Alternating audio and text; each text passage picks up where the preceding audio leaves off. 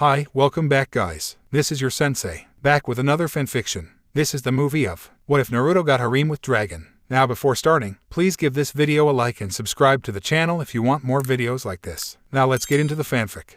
For thousands of years Placidusax had lain dormant. Beyond time did he slumber in crumbling Harem, awaiting the inevitable return of his god. In dreams did he dwell, awaiting the chance to avenge all dragonkind. His lord would return someday. He knew it in his old, scaled heart. Until that blessed day came, he had no reason to rise, no reason to wake, no reason to roar. Not to do but dream and watch from afar as the world came to ruin. Today, he didn't even deign to rest in the sky's embrace, but instead chose to sun himself against the cool tiles of his temple. And why shouldn't he? His solitude was eternal. Few could reach him here, and even less dared disturb him.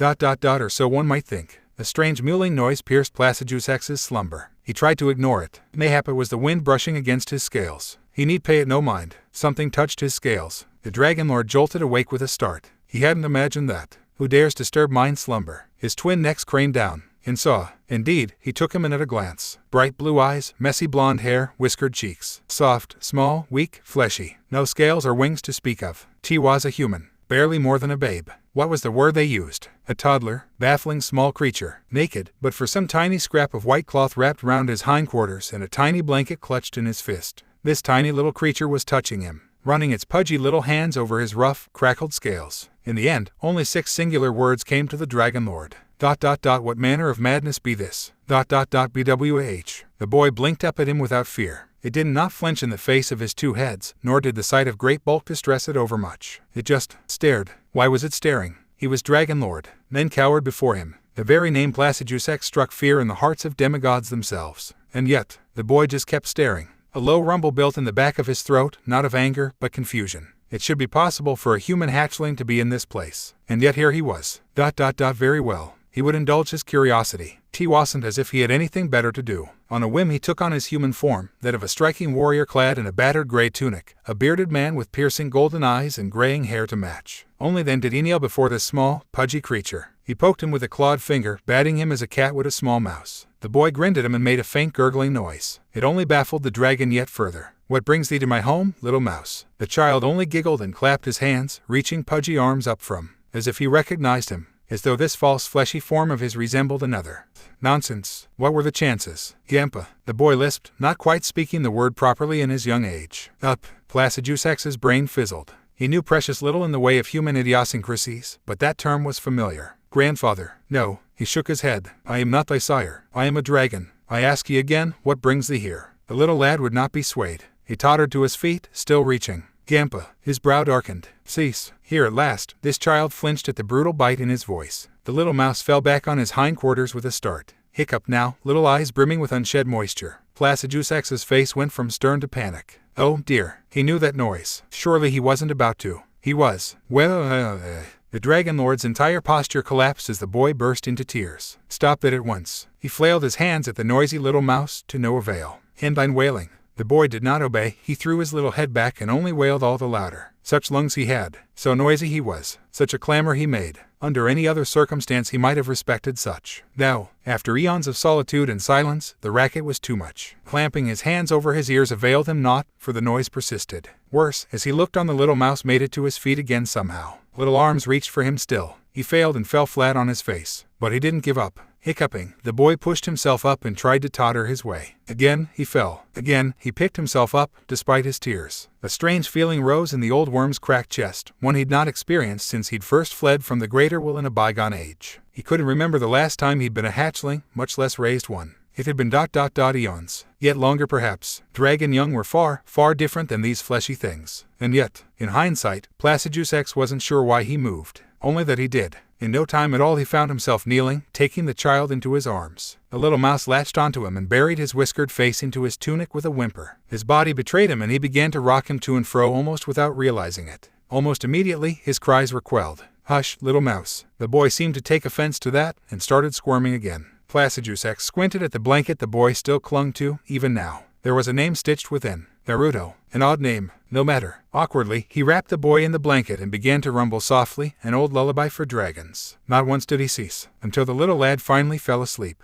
How did one feed a baby? Placidusax found himself at something of a loss once the boy woke some hours later. As Dragon Lord he did not require such base sustenance. His was the strength of runes. He fed upon the fallen souls of his enemies and added their power to his own. Such was the way. Likewise, dragon hatchlings were oft fed fallen carcasses, and they too gained strength in such a manner. But a human baby, he knew precious little about such mice, but something told him a toddler needed more than raw meat to survive. Feeding him such things may very well sicken him or worse. And so it was that Placidusax left his stronghold in crumbling Farum Azula, child nestled in his arms, in search of a great many things. He looked upon the crumbling towers of his kin and nearly despaired. Much of their civilization had fallen to ruin in his absence. Another matter to which he must attend, when time permitted. Time was in constant flux here. The boy would not starve, not right away, but haste was still very much needed. He had elected to watch over the little mouse for now, and it was not his way to give anything less than his very best in such a task. He was the Dragon Lord, after all. He had a reputation to maintain. Craning his neck back, he gazed upon a sky teeming with dragons on high. They sensed him, of course. Indeed, many wheeled and whirled about, rejoicing at his return. Surely one of his descendants would know how best to care for a human.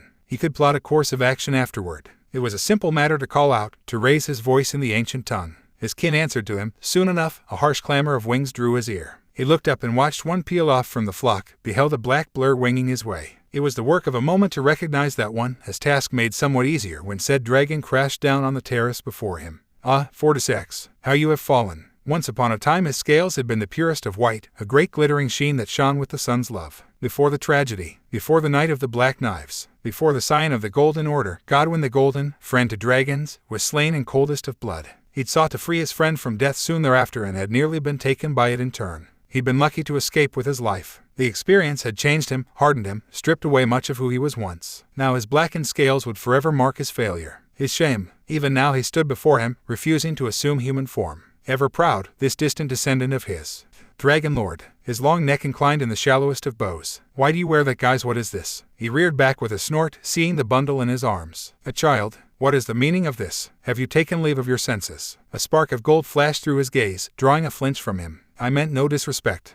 I see thy eyes have not yet failed thee, even if thine tongue has. And thine wit is sharp as ever. The younger dragon relented with a growl. Still, why do you hold that little mouse? We know not how to care for such a thing. He leaned in and sniffed the boy dismissively. Best to kill it and put it out of its misery. Slitted eyes regarded the curious babe with baleful intent now, his desire made clear. Little lights such as these are fleeting in dark times, just like he was. A clawed finger rose as he drew close enough to touch, sparking with dread light. Tea would be a mercy. The boy reached up and batted the black dragon on his snout with a gleeful cry. Placidusax barked a laugh despite himself, impressed by his valor. Fortisax reared back. Brave little mouse. Perhaps I should. Hold, brother. I would have thee stay thy claw. A crackle of red lightning heralded the arrival of yet a third party. This one Placidusax recognized outright. 4 wings carried her gently to them as she glided down from the storm, her landing almost silent by comparison. Here stood a gleaming white dragon through and through. Pale white scales shone in the light of the storm, crackling with faint red lightning. Fortisax snapped his jaws at the newcomer. Ever the meddler, little Lancex. She flashed her teeth at him. Little am I. Was not I who took a beating last time, dear brother. Her sibling burst upright. You dare. Placidusax silenced him with a quelling look. Even as Lancex landed, her body was shifting, wings shrank, her form folded inward, taking on human shape.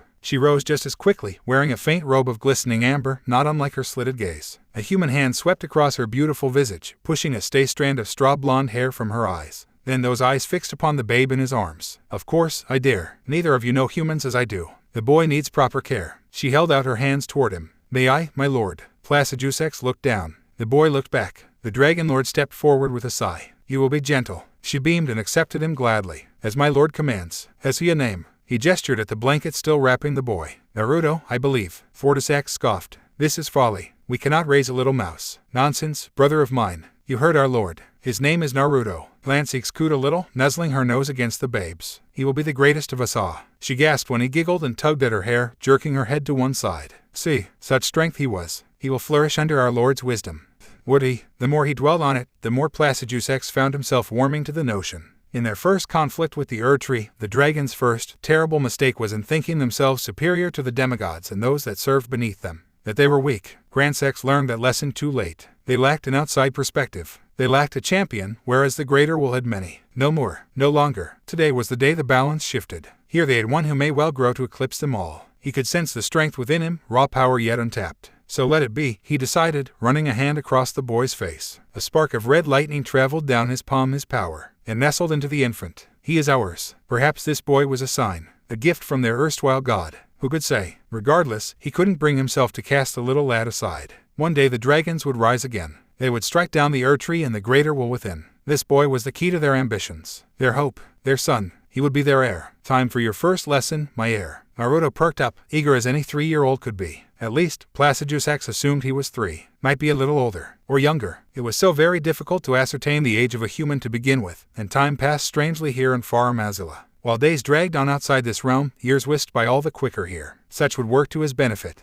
Under his tutelage, their heir could accumulate experience in a relatively short time, and strength alongside it. One day, his might would grow to stand beside theirs. He would be a proper heir, not like those dragonkin soldiers. In this one he sensed great potential and greater power. Doubtless he would be able to change back and forth on a whim. Why, just thinking of it made him shiver with pride. But that was a matter for another time. For now, there was much to teach him, and thankfully, plenty of time in which to do so. Best get to it, then. We dragons are of lightning. He held out a gnarled old claw, having assumed his true form for the sake of this lesson, and willed a spark of red light to dance across his scales. We are eternal, ageless, yet we are not immortal. We can be felled in battle, just as the great Grandsex was. To think otherwise will lead to your demise. Do you understand? The boy clapped his hands and bobbed his head. Aye, good.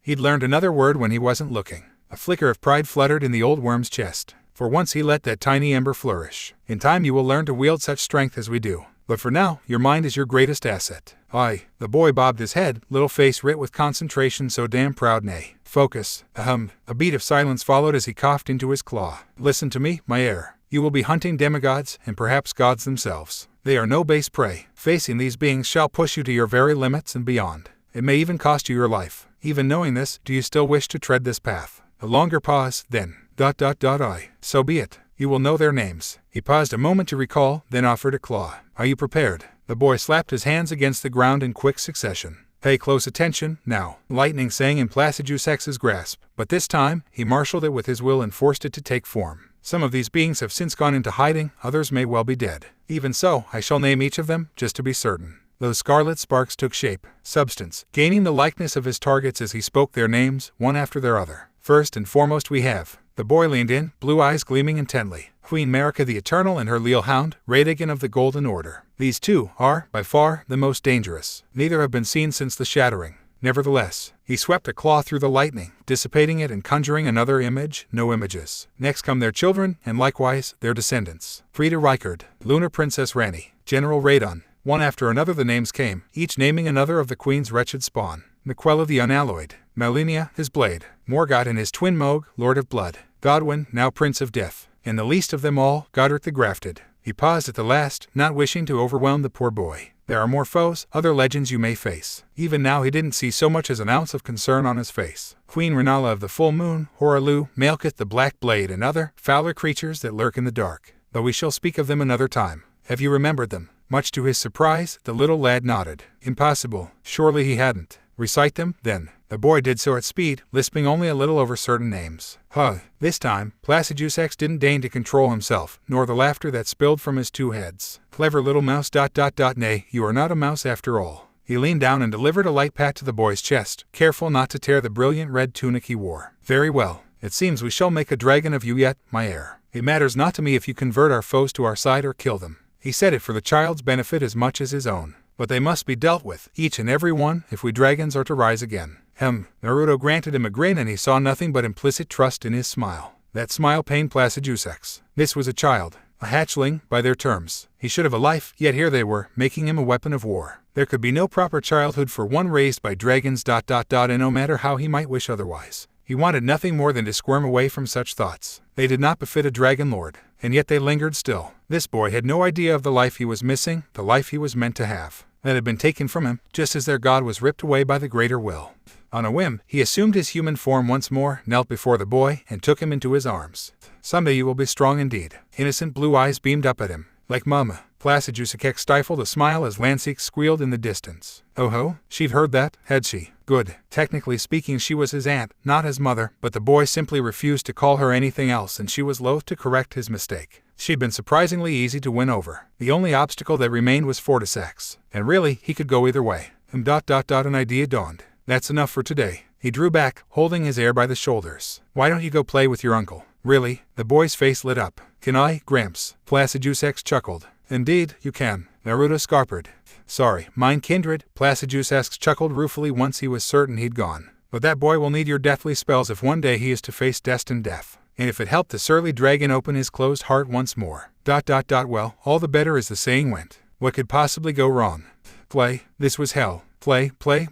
Truly, there was nothing worse than this. Please. Fortisax creaked an eye open and stifled a sigh. No. Tiny hands patted his back in silent demand. The black dragon reared his long neck back with a long-suffering sigh to glare at the mortal perched between his four wings. He considered eating the little mouse once and for all, but no, the consequences of such far outweighed any momentary pleasure he might experience from the deed. NeonZangetsu would never forgive him. Lord Placidusax would kill him ... if he was lucky. Play. Must. Not. Kill. Nay. He growled back. The boy hunkered down on his back, arms crossed. Puh. The little mouse was persistent. Fortisax would give him that. Most would have given up by now. Not him. He had been touched by destined death itself, cursed by his ill-fated attempted to save dear Godwin from the blight that claimed him. Now it marked him as well, affected his breath and his spells, the very core of his being. Few could approach him without fear of being tainted, and yet this boy, oh. Did you just bite me? Steel blue eyes scowled up at him. Play. I said nay. Fortisax snapped deathly jaws at him. The boy didn't flinch. He'd long since stopped fear such things. Why will you not cease? The boy blinked, frowned, and then, ... Why so sad? Fortisax reared back. Clever little mouse. He'd always been able to sense things he shouldn't. However, he would not be swayed by such churlish protests, certainly not by a few words. ... Get off my back, little mouse. Naruto shook his little head furiously, blonde bangs swaying side to side. Poke and prod me all you like. Fortisax hunkered down, closed his eyes, and curled in on himself, resolved to ignore the whelp. It will avail thee not. The patting came to a halt. He almost dared to hope. Had the boy given up and gone to NeonZangetsu instead? Pat.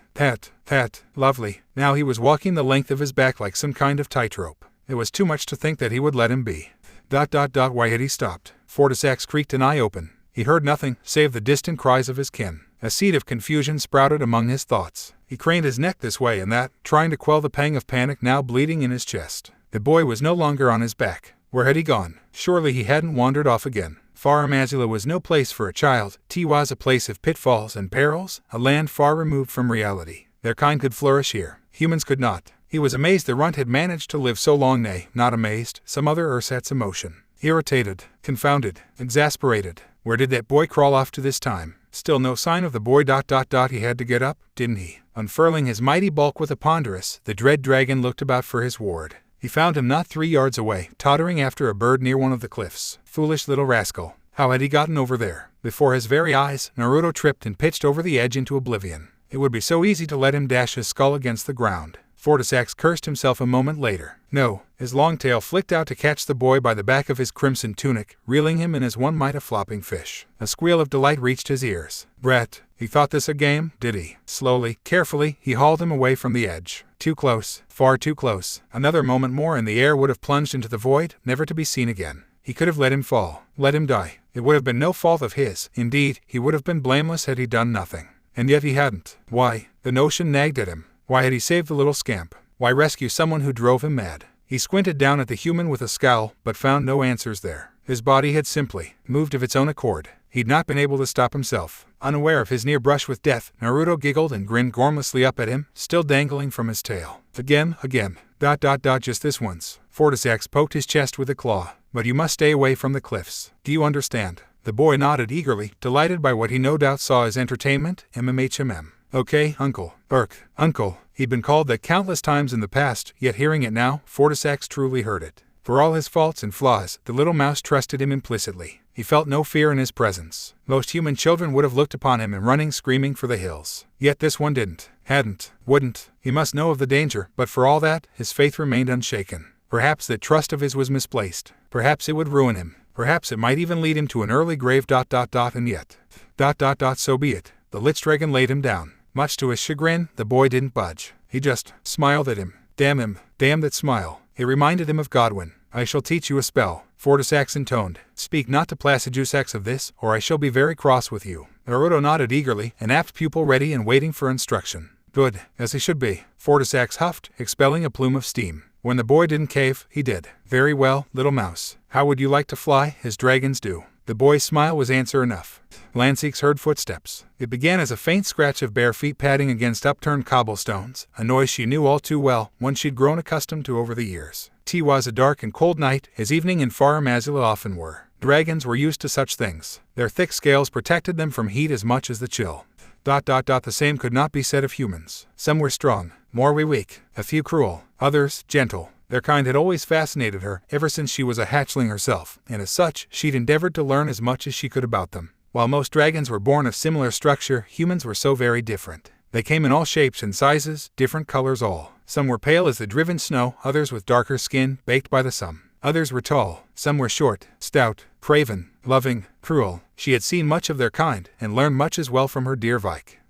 Now there was a thought. Perhaps, when the time came, he might be able to aid in the boy's training. She did so enjoy being a mother. Her knight might make a good father, and it would do Naruto well to have another human to learn from. Yes, she rather liked the sound of that. But in her eagerness she digressed. She must attend to her guest. There was shadow on her doorstep. And so Lancix opened her eyes, knowing full well who she would find at the foot of her bed. "What troubles thee, little mouse of mine?" Naruto sniffled once, clutching his blanket in one hand, rubbing his eyes with the other. He did not shed tears. He was too stubborn for that. Had a nightmare. She shifted to one side, reaching out to pat his head with a claw. "Of what, pray tell?" He whimpered a little. "Bad things. A giant fox. Blood. Lots of it." Her brow furrowed. "Fox?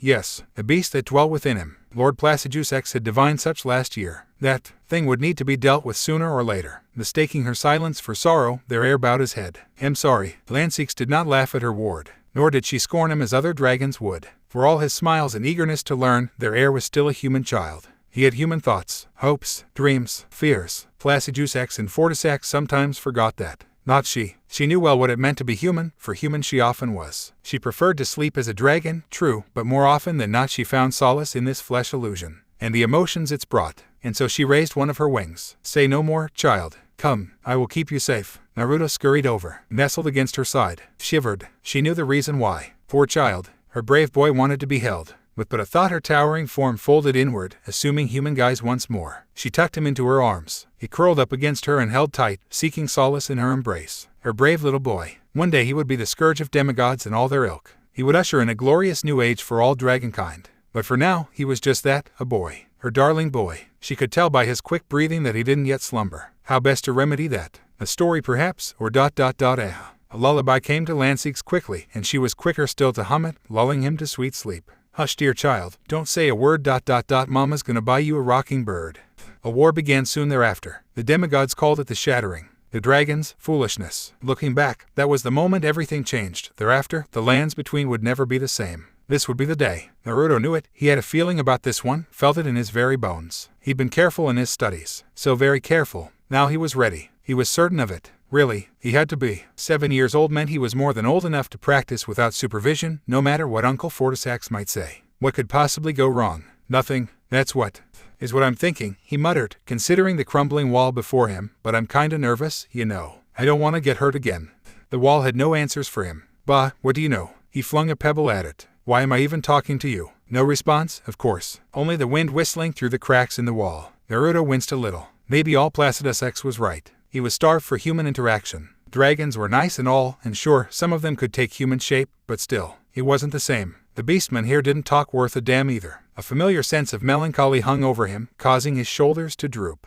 He hung his head a little. Why did I think about that? I kinda want a friend now. Shaking his head, he reared up and slapped his face with both hands to psych himself into action. The pain centered him. No doubt. Doubt was poison. Doubt was the enemy. Doubt would only poison him, and that was the last thing he needed. He couldn't afford to doubt now. He owed his family too much to fail here. If he managed to pull this off, he'd make them proud. Surely that was worth a little risk, right? This was his moment, and as such, he'd chosen his place well. Crumbling Harem lived up to its namesake. Time, like gravity, meant little here. Indeed, there was as many places to train as there were to hide from prying eyes. He'd claimed one of the dilapidated temples as his training ground, tamed the beasts within and summarily sent them away, then made the place his home away from home. Here, there were no dragons to spy on him, no one to report a wayward boy practicing alone. Well, there wasn't much to be gained from stalling. All right, Naruto clapped his hands. I can do this. Come on. Red lighting. He rubbed his palms together frantically. Just a spark. Nothing. Not even a sizzle. Seriously, his temper sparked. He stifled it and shifted his stance. Taking a deep breath, he placed his hands together fully, fingertip to fingertip, no so much as an inch between them. Slitted blue eyes slid shut. He opened himself to the current. A faint ringing rose in his ears. He listened for it, felt the air around him still. And with it, come on, spark. That's all I need.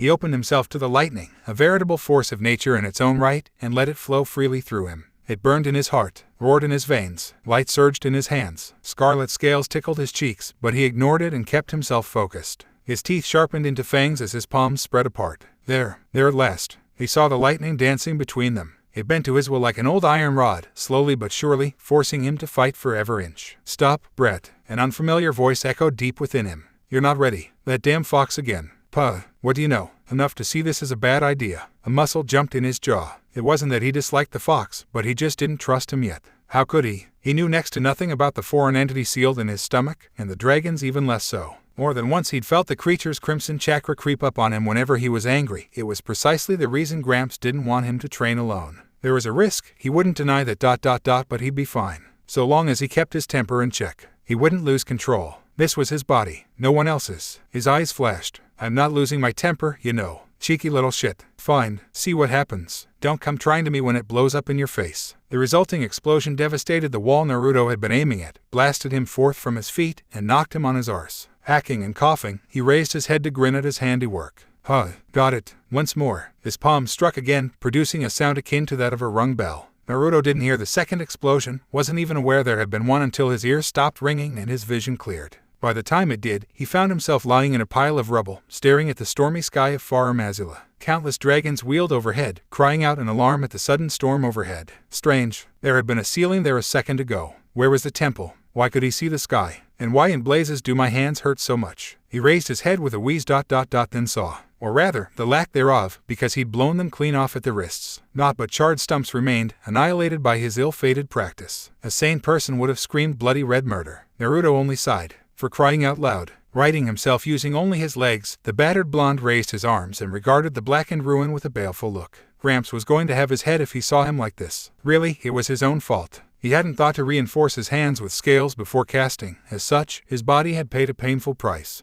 Thankfully, it was one easily rectified. An injury like this was nothing he wasn't used to. A bit more visceral than what he was used to perhaps, nothing more. With but a thought, he went to work. Power flowed through him, not the red lightning of before, but a gentle golden glow, an incantation to soothe the pain, something to speed along the healing. His wrists were itching abominably, yet he knew better than to give in and scratch them. Not that they could by now. Scarlet scales flowed down the length of his arms. He could see his limbs already beginning to twitch as they reached his wrists and dug under. He knew better to look straight at them now, because this next part was really going to. Pain turned his world red, finally tearing a cry of pain from him as he flopped down on his back. He closed his eyes as he felt something rip in his body. Sky above, that hurt like a bitch. A quick glance confirmed his hands had indeed been restored. Even now he could see the scales fleeing from them. Hooked claws gradually filing themselves down into human fingers once more. He flexed the bloody digits and shook them out to clear the pins and needless, humming softly to himself. Gotta remember to thank Uncle Placidusax for this. Draconic regeneration was a rare trait, and one bestowed only recently upon. Shame, really. Placidusax looked like he needed it more. Thoughts for later, he supposed. A familiar boot entered his field of vision.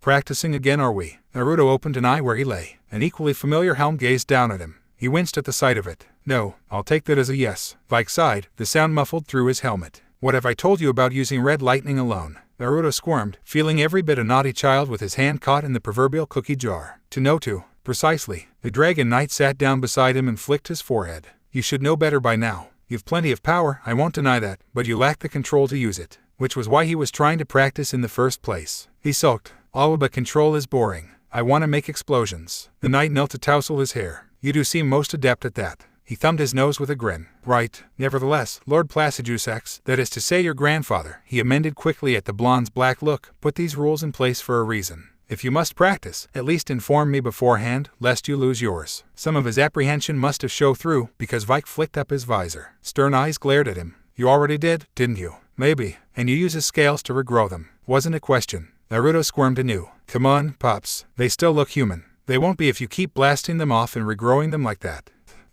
Fine. Some might have thought that strange, to consider Dragon's family. Naruto didn't. Mom was mom and dad was dad, just as Placidusax was his grumpy uncle and Placidusax his baffling grandpa. So what if he didn't look like them? Family went beyond blood. Come to think of it, his family was going to be awfully angry with him if they realized he was practicing without supervision again. Any chance you could keep this a secret from Gramps? Vike's smile was telling. Is that a no?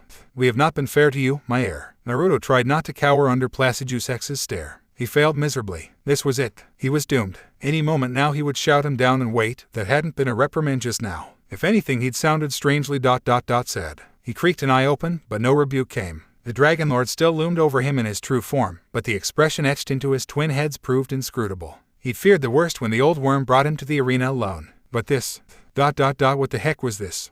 Gramps. He tried to keep the quaver from his voice, to no avail. Where's all this coming from? Sure, it was nice that the old lizard wasn't punishing him or worse, sixing mom on him. But for him to apologize outright. Day in and day out you have trained for our sake. The mighty dragon laid himself down before him, one of his wings drooping to the right. Without want, without need, without reward. Naruto's heart twisted in his chest. Reward. As far as he was concerned, his reward was being with the dragons, having a family. Placidusax had taken him in. Lancix raised him. Fortisax mentored him, and Vike was always there to protect him. He didn't need anything else. Sure, it was lonely being the only kid around here, but it was a pain he'd learned to live with. He said as much now. I really don't need anything. Yes, you do. A mighty claw flicked his forehead. And we have seen to it. Look, I'll be fine. Nonsense. Placidusax's voice was thunder incarnate, silencing him in an instant. I have peered long and hard into your memories. I know your loneliness. He squirmed a little again under those words. The world you come from confuses me, frankly, but you are not the first to visit our realm. Others have fallen into this place from time to time, and we have learned from them in turn.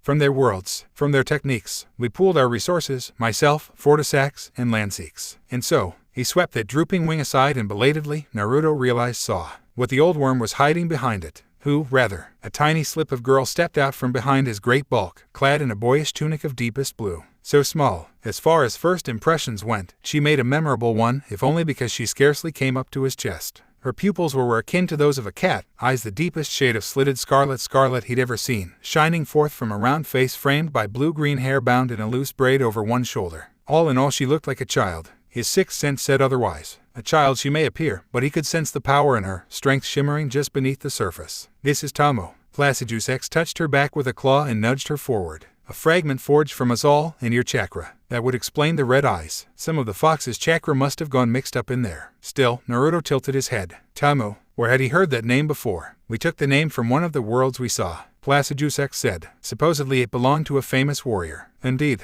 The girl planted both hands on her little hips. Nice to meet you, young master. Mind if I have a look at your memories? A blonde brow rose. Young master. And memories? Oi. I don't want her rooting around in my head. She frowned. Is that a no, then? At the moment, yes. Oh, even so, her grin remained decidedly impish. It flipped every switch in Naruto's head. This girl was dangerous, yet in a different way. Her smile promised mischief, eyes gleaming with mirth. Ordinarily he wouldn't be opposed to such, but something told him she was going to be a handful. I should warn you, Placidusax cautioned, this little fragment took on a number of curious traits from us. As such she's become rather rambunctious for her age. Hey, the girl child, huffed, stomped a foot, and favored the two-headed dragon with a growl. What's that supposed to mean? It means what it means. The elder worm scoffed before turning his gaze back onto him. She is our gift to you, my heir, a companion and dragon true ... even if she doesn't seem it. Nevertheless, she shall grow as you do, age as you will in time. Train with her to your heart's content. Naruto tilted his head. Thanks, then. A friend wasn't something he'd ever thought to ask for, but if they'd create her just for him ... how could he refuse? Maybe he could get her to help him with a few pranks. Yeah, he liked the sound of that. He offered his hand. Nice to meet you. Same. She clasped it with a cheery grin. Don't worry, the girl jerked a thumb against her chest. I'll be sure to protect you. Naruto frowned. Friend or not, he still had his pride, after all. Huh, how the hell can you be whack? He ate his words as Tamo shifted her grip on his hand, planted her feet, and flipped him over her shoulder. Breath burst from his aching lungs as his back kissed the ground. He tried to sit up at once, only for the cheeky fragment to plonk down on his chest, legs folded neatly beneath her. She was heavy, heavier than she looked. Much heavier, indeed. Gritting his teeth he tried to rise, made it to his elbows, and promptly felt a clawed finger flick his jugular. Brat was grinning at him again. Little Tamo regarded him with a bemused expression, eyes half-lidded. In this moment, he could believe this fragment descended from dragons. You were saying, well, consider him a believer. If he'd realized she was that strong, he wouldn't have bothered to doubt her from the beginning. A strange feeling stirred in his chest. It almost felt like respect. No, that wasn't quite it, but some other emotion he couldn't quite quantify. Something he wasn't able to put his finger on. Admiration. Was that it? Was that what this felt like? Curious indeed. A rueful grin tugged at the corner of his mouth. I look forward to working with you. MMHMM. Tamo chirruped happily, eyes sliding shut. I as well, young master. Laughter spilled into the sky of Farum Azula. Theirs was a match made in hell. Woe unto their foolish foes. Time waits for neither man nor dragon. It marches relentlessly onward. Unto the future. Dark clouds brood on the horizon. With their arrival, red lightning veined the sky of Far Amazula, heralding the approach of the coming storm. Raucous thunder chased its brother across the heavens, racing and hot on its heels to deafen dragons for miles around. Wind lashed at crumbling temples, howling through the ruins to batter those within. It was a typhoon unlike any other, a force so powerful that weaker worms were forced to land lest they find themselves torn from the sky entirely. Their angry cries rose through the air to echo the tempest. And with it, rain began to fall. Naruto scarcely heard any of it, felt even less. He was the storm that was approaching. He was its eye, its beating heart. Lightning raced in his veins. Even so, he kept his eyes closed and remained kneeling, body fixed in meditation. Scarlet scales grew on his exposed forearms, only to flake away, unable to muster a proper hold. Such was the depth of his focus. Nearly a decade of training had led him to this moment. Almost had it now. There, a hand raised itself and a bolt of red light raced out the clouds to land in his open palm. He caught the spear and swept it forth, rupturing the air around him. His eyes creaked open to revel irises crackling with sparks off divine might. He slammed the spirit into the soil. It stuck there, a great terror looming, until he brought his hand smashing down on the base of his impromptu weapon. The world erupted into a hail of death, obliterating his world in a stinging chorus of fire and smoke with such force that he physically flew backward. Naruto stood and considered his handiwork as he dug a finger in his still ringing ears. A far cry from Placidusax's signature move, but he felt he was getting the hang of it, at least in part. Danger in the smoke. He heard the telltale whistle of wind as a bar of blazing metal descended upon his head and twisted aside at the last instant, swaying out its path. In the same movement he stabbed back with his blade to skewer his would-be assassin. Steel struck steel as they pivoted away. An amused laugh reached his ears as he turned to face his would-be killer. Ugh! An equally exultant cry rejoiced a ways behind him. You've gotten better at this, young master. Of course he had. His 17th birthday had passed only a fortnight before. Time marched on, as all things did. The ghost of a smile touched the corner of his mouth. What did I tell you about ambushing me, Tomo? Not to. He couldn't see her in the smoke, not even the most meager silhouette. His partner was hiding once more. But you know what they say. Forewarned is forearmed. En garde. She lunged again. From the front, this time. He whirled, caught her with a kick that blasted the air from her lungs and sent her flying a good 9 meters through the air. It also launched her clean out the smoke. Her startled curse gave it away. He was on her a second later and the battle was joined. From there they flew into a flowing frenzy, slashing and whirling, pivoting and striking like the beasts they were at heart. This was what it meant to fight, blood roaring in his ears, pulse pounding in his veins, nothing to concern himself with beyond the basic thrill of battle. For all their human forms they ripped through the arena like ancient dragons of yore, annihilating everything in their path with a smile. His dragon-scale blade sang in his grasp as it clashed against her katana time and time again. His most cherished weapon, carved from the very gravel stone of a dragon, precious beyond all measure, rejoiced in he fight just as he did. His arms swung up. Ice blue lightning sparked on its edge, cold as night, to spark against scarlet light. Until finally, there, he saw an opening and struck in a singular sweep, disarming Tomo in an instant. Her sword whistled free, spinning end over end into the void. She yelped and he took the chance to drive a clawed fist into her gut.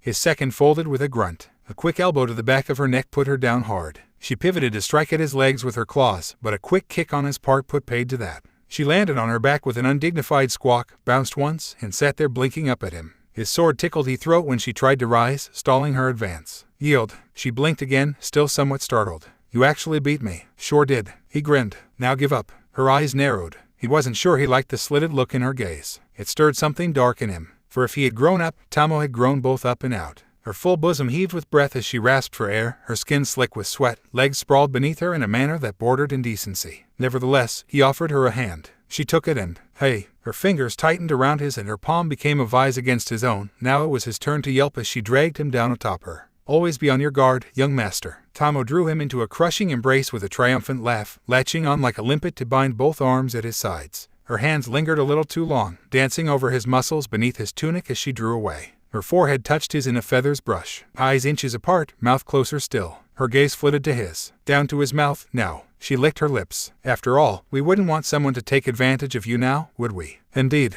A shadow fell over them before either could act on her words. Naruto turned his gaze to the sky. Placidusax descended from on high and NeonZangetsu with him. Uncle Fortisax wasn't far behind. Pride bloomed in his chest at the sight of them. He would be a dragon like them someday. He just knew it, able to change from man to monster at the drop of a hat, just like them. He was so close now, he could practically taste it. But as they drew closer, confusion soon overshadowed his excitement. Strange. Why would all three of them seek him out of the blue, unless ... No. Surely it couldn't be that. He wasn't ready yet. He still had another year. ... Didn't. Placidusax landed before the rest, choosing to remain at a distance in his true form. Not so, NeonZangetsu. She rolled her shoulders and shooed Vike off her back. The Dragon Knight had a strange wrapped parcel of some sort slung to his back. The moment her beloved landed, she resumed human guise quickly, making inroads his way. Fortisax paid neither any heed and slammed down close to him, almost too close. Dark scales glinting in the gloom. Those keen, piercing eyes fixed upon his very soul. You have come far. It was he who spoke, and his tone immediately set him on edge. They gathered around him and Tamo, laying hand and claw upon them for reasons he didn't quite comprehend.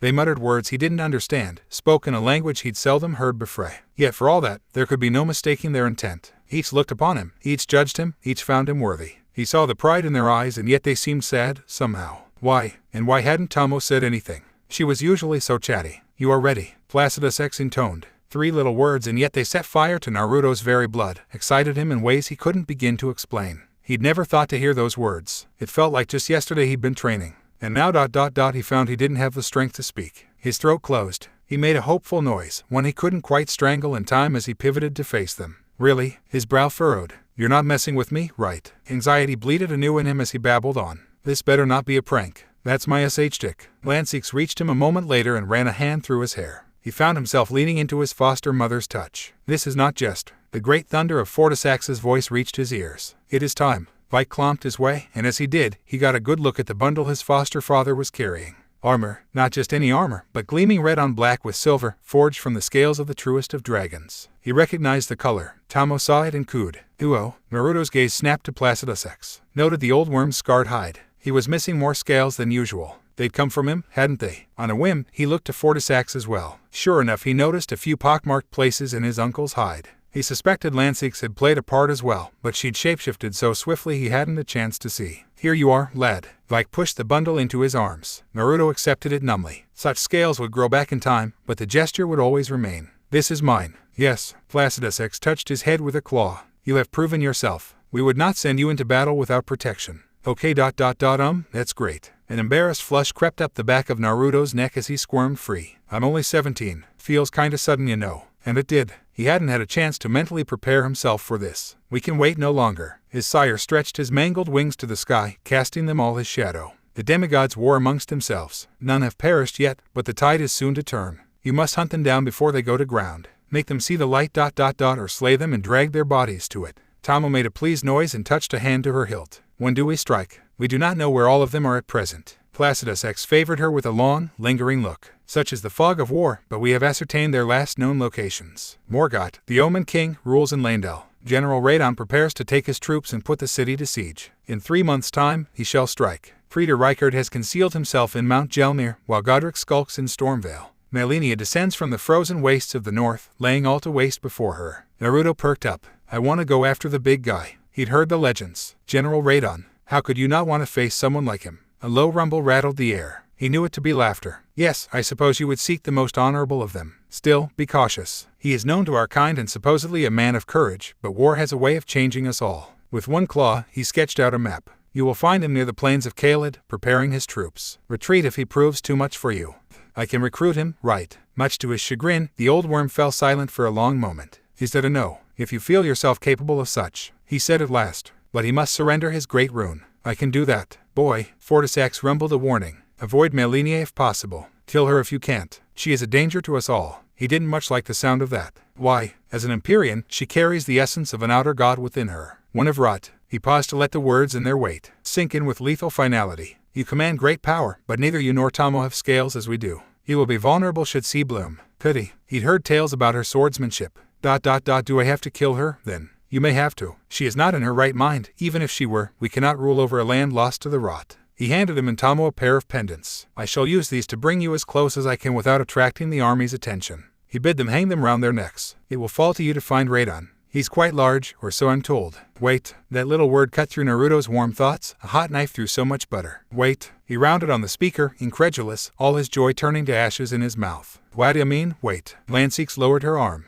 I don't think he's ready for Radon. Her gaze swept over him. Let him face someone else, first. Confusion morphed into sorrow, soon overpowered by anger. This was outrageous. Unfair. I can do this. He flung an arm out at Tamo, who nodded, can do this. His mother unbent only enough to shake her head, setting her pale hair swaying. No, you can't. You're not ready for this foe. Her words were the purest of pain. He couldn't comprehend them. Mom, Fortisax sighed. You coddle the boy, sister. Bah. She flashed her fangs at him. You don't coddle him enough. He needs love and affection, preparation, not to be thrown at an invincible enemy straight out the gate. When her sibling didn't falter, she sought out Placidusax himself. Naruto isn't ready to face Radon yet. Send him on a lesser trial first, let him blood himself before he faces the general. Anger boiled in him. I'm ready. She rounded on him, flashing her teeth. Not yet. Placidusax stilled them all with a sonorous rumble, forcing them into silence.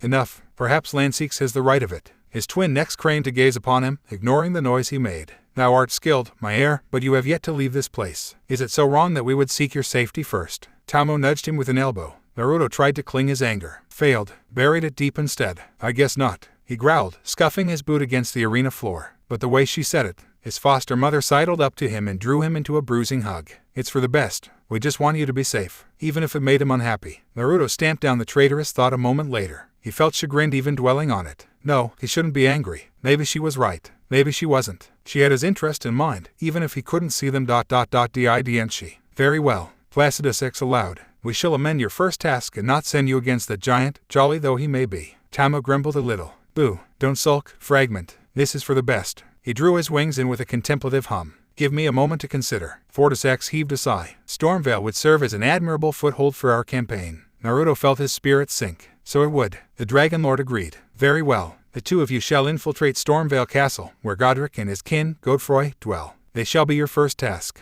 Naruto perked up. 2 demigods for the price of 1. Distant descendants of Godwin the Golden. Lansix waved a hand, conjuring red lightning that she shaped into images of them. Each possesses a great rune, yet they are braggarts all the same. Runts of the litter as a Tiwir, their blood greatly diluted compared to their kin. They'll make fine practice for your claws. A hand swept through the figures, banishing them into sputtering sparks. You and Tamo should be able to dispatch them easily. They will be no match for you. Easy to say, but still. General Radon, mightiest demigod. How could you not get excited by that? By comparison, someone like Godric and Godfroy. This still leaves a sour taste in my mouth. He mumbled crossly. I am aware. Placidusax shimmered into his human form and laid a hand on his shoulder. Unfortunately, what you are about to hear will worsen it. These two are known for the art of grafting. Tamo made a face. That forbidden art. How unpleasant. Naruto agreed wholeheartedly. He hadn't seen the ritual firsthand, but he'd read about it. What he'd heard was nothing good. A ghastly gift of strength gained by fusing parts to oneself. Still, while unpleasant, he failed to see how this would make things worse. Grafting only meant something when the recipient was powerful. Godric and Godfroy were, by all accounts, weak. No matter how many human parts they stuck to themselves, they would still be just that.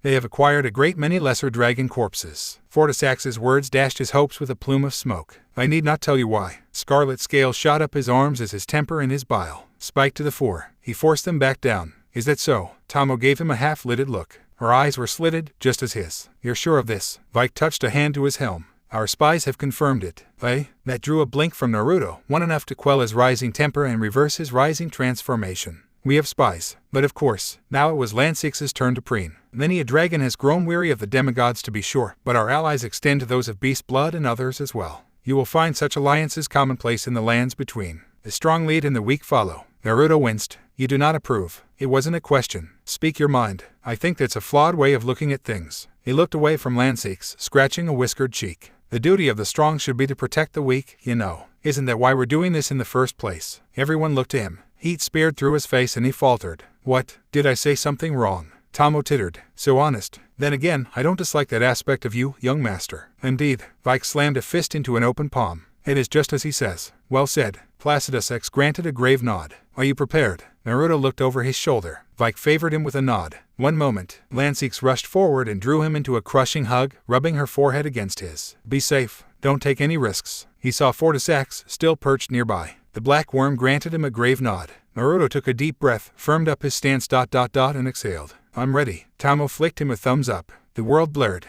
Stormveil prepared itself for a siege. Men and women ran hither and yon like chickens with their heads chopped off, barking orders, commands that fell upon deaf ears. What more could one expect from banished knights? Theirs was a disorganized lot at the best of times, their masters, even more so. Their castle stood in disarray, unprepared for the battle that was to come. A fresh tremor rocked the grounds even now. More screams echoed in the distance, and so too did the morale of the defenders fall yet further. In all fairness, it wasn't entirely their fault. No one expected the intruders to storm the front gate. They never do. Certainly not a young man and a young woman. Hello. The armored blonde waved a hand toward the portcullis. We come in peace. His companion grinned, red eyes flashing, green hair swaying in the wind. But we're prepared to leave you in pieces. Tamo, what? Tame her happy cheer up. Honesty is the best policy, young master. And this, she drew her fist back with intent. Green scales flowed across her limb. One punch and the gate shattered like so many matchsticks. His war. Godric ran. He ran and ran and ran as he'd never run before, not since he'd first fled from the capital in disgrace. That seemed a fever dream now. Fear bleated in his heart, blinding him to all else. His new legs bearing the claws of a drake sent him hurtling down the escape tunnel at speed, long strides devouring the distance between him and safety, between him and his pursuers. He struck a wall in his haste and bounced off, pausing to catch his breath. They wanted his head. Him, dead. There would be no mercy here, no parley, no quarter offered and none given. Dragons. They were dragons. He'd seen the fire and the flames. They wanted revenge for their fallen kin. Godfrey had tried to fight that green-haired woman and paid dearly for it. She'd ripped his arm clean off, was still ripping into him when he fled. His kin would understand. He who ran away lived to fight another day. And besides, the woman wasn't the real threat here. He didn't care about her. Nay, he dreaded that thing chasing him. It had already broken his axe. It would break him too, if it sank its claws into him. Godric. A low, raspy voice echoed behind him. Where are you going, Godric? The grafted squealed like a struck pig, dragged himself up, and fled anew like the craven he was. They were after him, chasing him, hounding him, and for what? So he grafted a few dragon's parts to himself. What of it? He was of the golden lineage. All were meant to serve him. They should feel honored that he'd deigned to use their corpses at all, rather than that of a troll. Oh gods, he could hear the voice again. Kinslayer. No. Oathbreaker. No, no. Backstabber. No, no, no. Something stirred in the shadows behind him. He spun, rounding on it. The massive dragon head that was his right arm sparked to life with a hollow roar, consuming the corridor in fiery napalm. Darkness burned away in the face of the light. Something came loose in him and he cackled at the sight of it, rejoicing in his newfound power, the death of his pursuer. Would that he'd grafted this beast sooner. He had power now, strength. He felt invincible, untouchable, unstoppable. Dare he say immortal? Huh. He sneered into the haze that rose in its wake. How do you like that, worm? Great Godfrey, didst thou witness? A russet red wing burst through the smoke. Fire cannot burn a dragon. As he looked on aghast, a figure stepped out of the alcove. A blond boy with blue, yes, but his skin was all wrong. Red. He gleamed in the low light. Scales, he realized. The boy was covered in scales. That was a dragon's wing jutting out his shoulder. It must have shielded him from the inferno. The sight of it had his courage plummeting to new depths. Don't you know that? Scarlet scales crept across his tattered forearms, swept up his exposed chest, his neck, then his face, twisting his body into something monstrous, a mad blend of man and dragon, so unlike his own. Horns sprouted from his skull as he tilted his head to regard him, growing larger and taller with each passing moment. A hybrid, he realized. He was looking at a hybrid. It looked back at him and stalked forward, still changing. There really is no saving you. A heavy tail splintered to the stone behind him. But that's all right, little Godric. Another wing erupted from his back, mirroring the first. You were always meant to die here anyway. Little runt. Godric scrambled backward like a drunken crab. His back hit a wall. They were just corpses. He screamed it as the beast's shadow fell over him. I am the lord of all that is golden. It was my right irk. Cruel claws closed around his neck, hoisted him upright, grafted body and all. If you kill me it will never end. He rasped, clutching at the hand choking him, gasping for air. My kin will come for you. His vision dimmed, the colors of the world fading to gray. All the armies of the Shattering will turn upon you. You shall perish beneath a storm of bodies. I am the storm. Clawed hands closed around his face. And you idiots ... can slaughter one another. Red lightning crashed through the corridor. The storm consumed Godric utterly. He knew no more. So this is a great rune. Naruto turned it over in his hand, considering it with a weather eye. Smaller than he thought. It didn't seem all that great. He wasn't even tempted to use it on himself. Godric had, and where had that gotten him? Dead and rotting in the ground.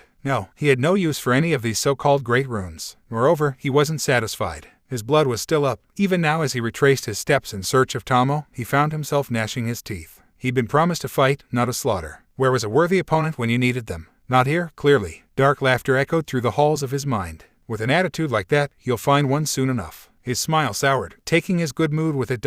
You're being awfully chummy today, furball.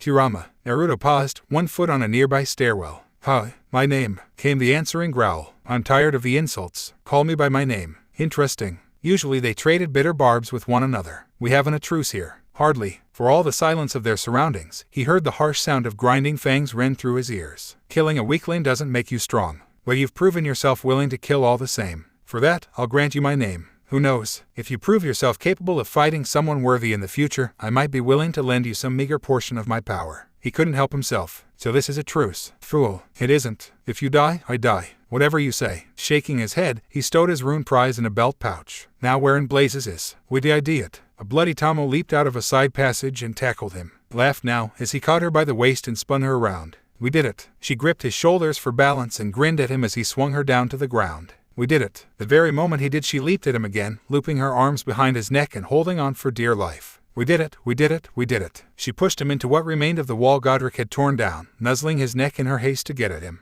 I knew we could. Her enthusiasm was contagious in every sense of the word. So much so that he couldn't contain himself either. He grinned like an absolute loon and swept her back into his arms, laughing as he did. It had been all too easy for her, of course. Effortless even. Maybe that was his arrogance talking. His ego. Everyone knew Godric and Godfrey were runts of the litter. They did not have the strength of dragons. Still, they'd taken down 2 demigods and come away stronger for it, with not 1 but 2 great runes to show for their work. It didn't feel quite real somehow. But it was. He'd remember this moment for the rest of his life. You have Godric's great rune, yes. He grunted and patted his back. Sure do. I have Godfrey's. Talmor held up a curved crescent of a rune, interlocked with crescent parallel lines bathed in a strange amber light. See, her scarlet eyes all but sparkled with glee. The old oaf spat this out when I lopped his head off. Well, that would explain the blood.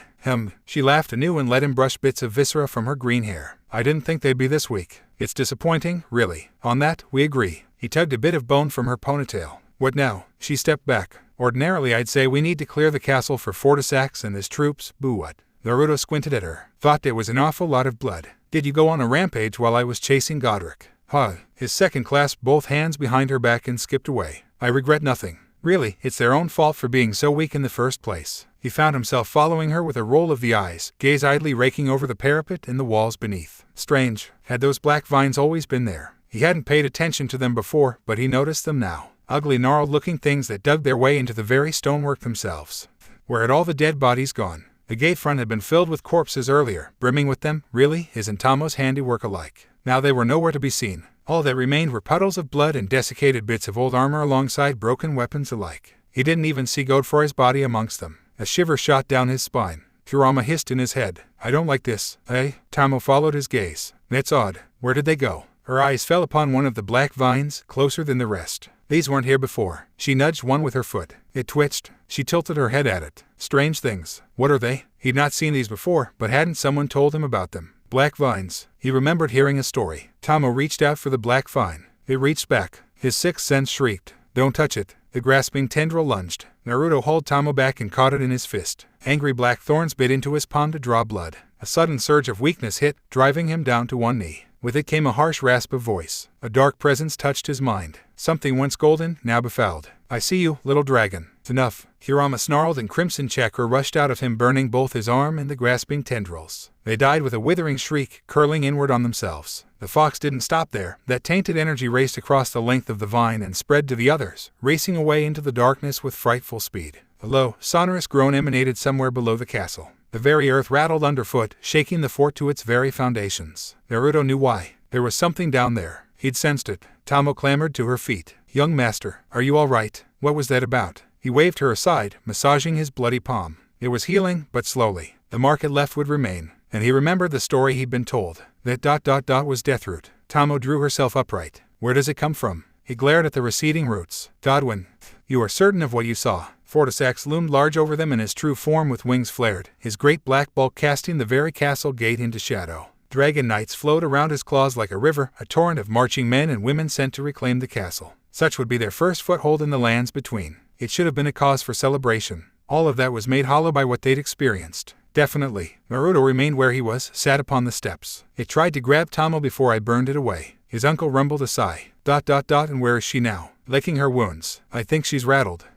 Understandable. As a dragon, his uncle remained ever inscrutable, unreadable to the last. I have dealt with such before. Nearly fallen to it once before, in fact. We shall keep an eye out for it. He paused, no doubt guessing what he needed to hear. If it's praise you're after, you've more than earned it. You both did well. You've more than earned your rest. Naruto balked at that. Rest? Though we're ready for another fight. They weren't even a challenge. And the other demigods will be. In an instant Placidusax assumed human form once more to stare him down. Make no mistake, every foe you face from here on out will be the stuff of legends. Some may be too much even for you. You will need every bit of your strength for the war to come. Take this brief moment of respite for what it is. You shan't have another for quite some time. Naruto opened his mouth, closed it, when he saw his uncle's smoldering glare. There could be no arguing with that look. A clawed hand settled on his head, mussing his hair. Bide your time, boy. You do us proud. Heat flooded his face. If you say so, I do say so. Now rest. Rest, he says. Easy for him to say. He's in no hurry at all. Naruto gnashed his teeth as he paced back and forth in his temporary quarters. The action did little to assuage his anger. If anything, it only exacerbated it. Outside of Fortisax's presence, his temper was quick to return. Without the elder worm to cow him, he felt every bit as restless as he'd been before. Perhaps even more so. Tamo stifled a yawn where she lay. Are you that eager to leap back into the fray? He kicked at the floor. We're here, we're ready, why wait? Indeed, you make a valid point. They'd claimed temporary quarters for themselves by right of conquest. Once they'd torn all the severed limbs away, Godric's chambers were rather gaudy. The man liked his jewelry. So did Tamo apparently. She'd already claimed a few choice pieces for herself. She was wearing them even now, the gold and silver glinting in the low light of the full moon. The bed itself was thankfully unused if musty, so they'd managed to salvage that with a few fresh blankets. What Naruto simply couldn't salvage, however, was his impatience. Does he really think we aren't ready? No need to be restless, young master. She laid a cooling hand on his forearm. I feel the same. I don't want to sit by and do nothing. He fixed her with a sharp glare. I want to be out there fighting the good fight. Making a difference, you know. And he did. They'd done a good thing here by taking down Godric and Godfroy. The lands between would breathe easier with that filth cleansed from Limgrave. Surely anything the dragons did would be considered good and just compared to that madness. Surely, but to just stay here and wait until their next assignment ... that rubbed him the wrong way. Someone's got a taste for blood. Is this going to be a thing, now? Or are you just going to jab me whenever you want? Boy, when you've lived as long as I have, you learn to take pleasure in the simple things. Tamo tugged at his arm, guiding him back to reality and their shared bed. You know, Caelid isn't far from here. He frowned at her, catching that impish hint in her voice. They said we couldn't go. No, they wanted us to deal with Godric first. And deal with them we did. We wouldn't even know where to start. She grinned. Isn't that half the fun? I know what you're doing. Even a blind man could see what she was up to. Even so, he let her guide him down to the sheets and laid beside her. You want to go to Caelid for some reason? Tamo sputtered and faltered a little, humming noncommittally. Purely to help you, young master. He planted an open palm under his chin, propping himself up. Spill it or we don't go. Fine. Her eyes lit up, shining bright. There are dragons there. Oh? He hadn't been told that. They're not ancient dragons, but they're still our kin. His second rambled on. I was thinking we could recruit them for our cause. And, this time there could be no denying her blush. I've also heard of a fascinating sword there as well, known as Moonveil. And now her reason was revealed. You want that blade, don't you? Malib. She touched a hand to the ruined hilt thrust into her sash. I swung too hard in the last battle and broke my blade. What a blade like that ... just think of the things I could do. He rolled over, felt his shoulder brush hers. I thought you wanted Melinia's blade. I do. She grinned and snuggled closer to him, as she hadn't since they were very small. But that's a distant goal. Her hand alighted over his, fingers absently threading within his own. We're nowhere near strong enough to face someone like that. Not yet. Best to focus on the here and now. Speaking of which, her eyes rose to meet his. Her lips brushed his ear, whispering something to him. Dragons do not ask. She purred in her ear. You could take me right now, if you want. Well, someone was still blood drunk, clearly. That said, her words bothered him. We aren't dragons, Tamo. Not yet we aren't. She nestled closer, taking one of his hands and fiddling with the clasps of his armor. We are weapons, you and I. She shrugged off her robe, baring her bosom to him. We are not meant to sit idly by. It is no sin to crave action, not when we can do better. Kurama scoffed. Ugh, mortals and their copulating. Sleeping now. Just as well too, because Naruto's breath hitched in his throat at the look Tamo gave him as she pulled away. It was only natural, really. Their blood was still up, their bodies stressed by the battle they'd craved but failed to find in Stormvale. There was only recourse, one way to burn it off, and no one to stop them this time. Tamo scooted close once more, closer, then closest still, until she was all but sitting in his lap. His hands absently settled over her hips, to which she took full advantage, spooning herself against him. She barely weighed a thing, even less so when she leaned forward to press her head to his. You could stand to be bolder, young master. I'm not going to bite. Well, she winked, not unless you want me to. He wasn't sure what he wanted from her. They'd always been together, but not in the truest sense of the words. They'd had trained together, laughed together, cried together. Something like this was bound to happen sooner or later. This was only a natural escalation of that ... was it. Tamo leaned in and kissed him, softly at first, then with growing boldness. His hand found the cord binding her hair and tugged it free. Teal tresses tickled his nose, then she dipped down and nipped at his neck, nuzzling her. His hand settled on her hips and arched her head back with a happy hum. That's the spot. Her hand settled around his trousers. I thought you'd never notice. A knock resounded on the door, cutting her short. Room's occupied. Naruto clicked his tongue at it. Go away. We're busy. Remarkably, they did just that. No further attempts were made. No, wait. Tamo held up a hand. Don't you feel that? Feel what? A presence. She sat up, tugging her robe around her breasts. A strange, half-lidded look crossed her face. There's no point in hiding now, intruder. I can smell you. As though summoned by those very words, an abrupt shower of blue light manifested in their chamber. Motes of it manifested in azure swirl, taking on the proper shape and likeness of a hooded young woman. As they looked on, she dropped to one knee before them and tugged back her hood, revealing a face framed by short reddish hair. Her left eye, curiously enough, was sealed by some sort of claw mark. Greetings, young dragons. She spoke slowly, almost laconically. And please, pardon the untimely intrusion. I would seek your aid. Naruto was half tempted to seek her face with his fist. You've gone some nerve barging in here. The hell are you? My name is Melina. Her good eye met his. I would offer you an accord. Tamo sighed. By barging into our room while we were mating. You're a blunt one, I'll give you that. Unless you intend. Melina stared. She stared hard, noted their state of undress, the bite marks on their necks. At length, her visible eye widened. Understanding comprehension gleamed in her gaze. Was it his imagination, or did a hint of pink creep into her face just now? Whatever the case, she proved quick to master herself.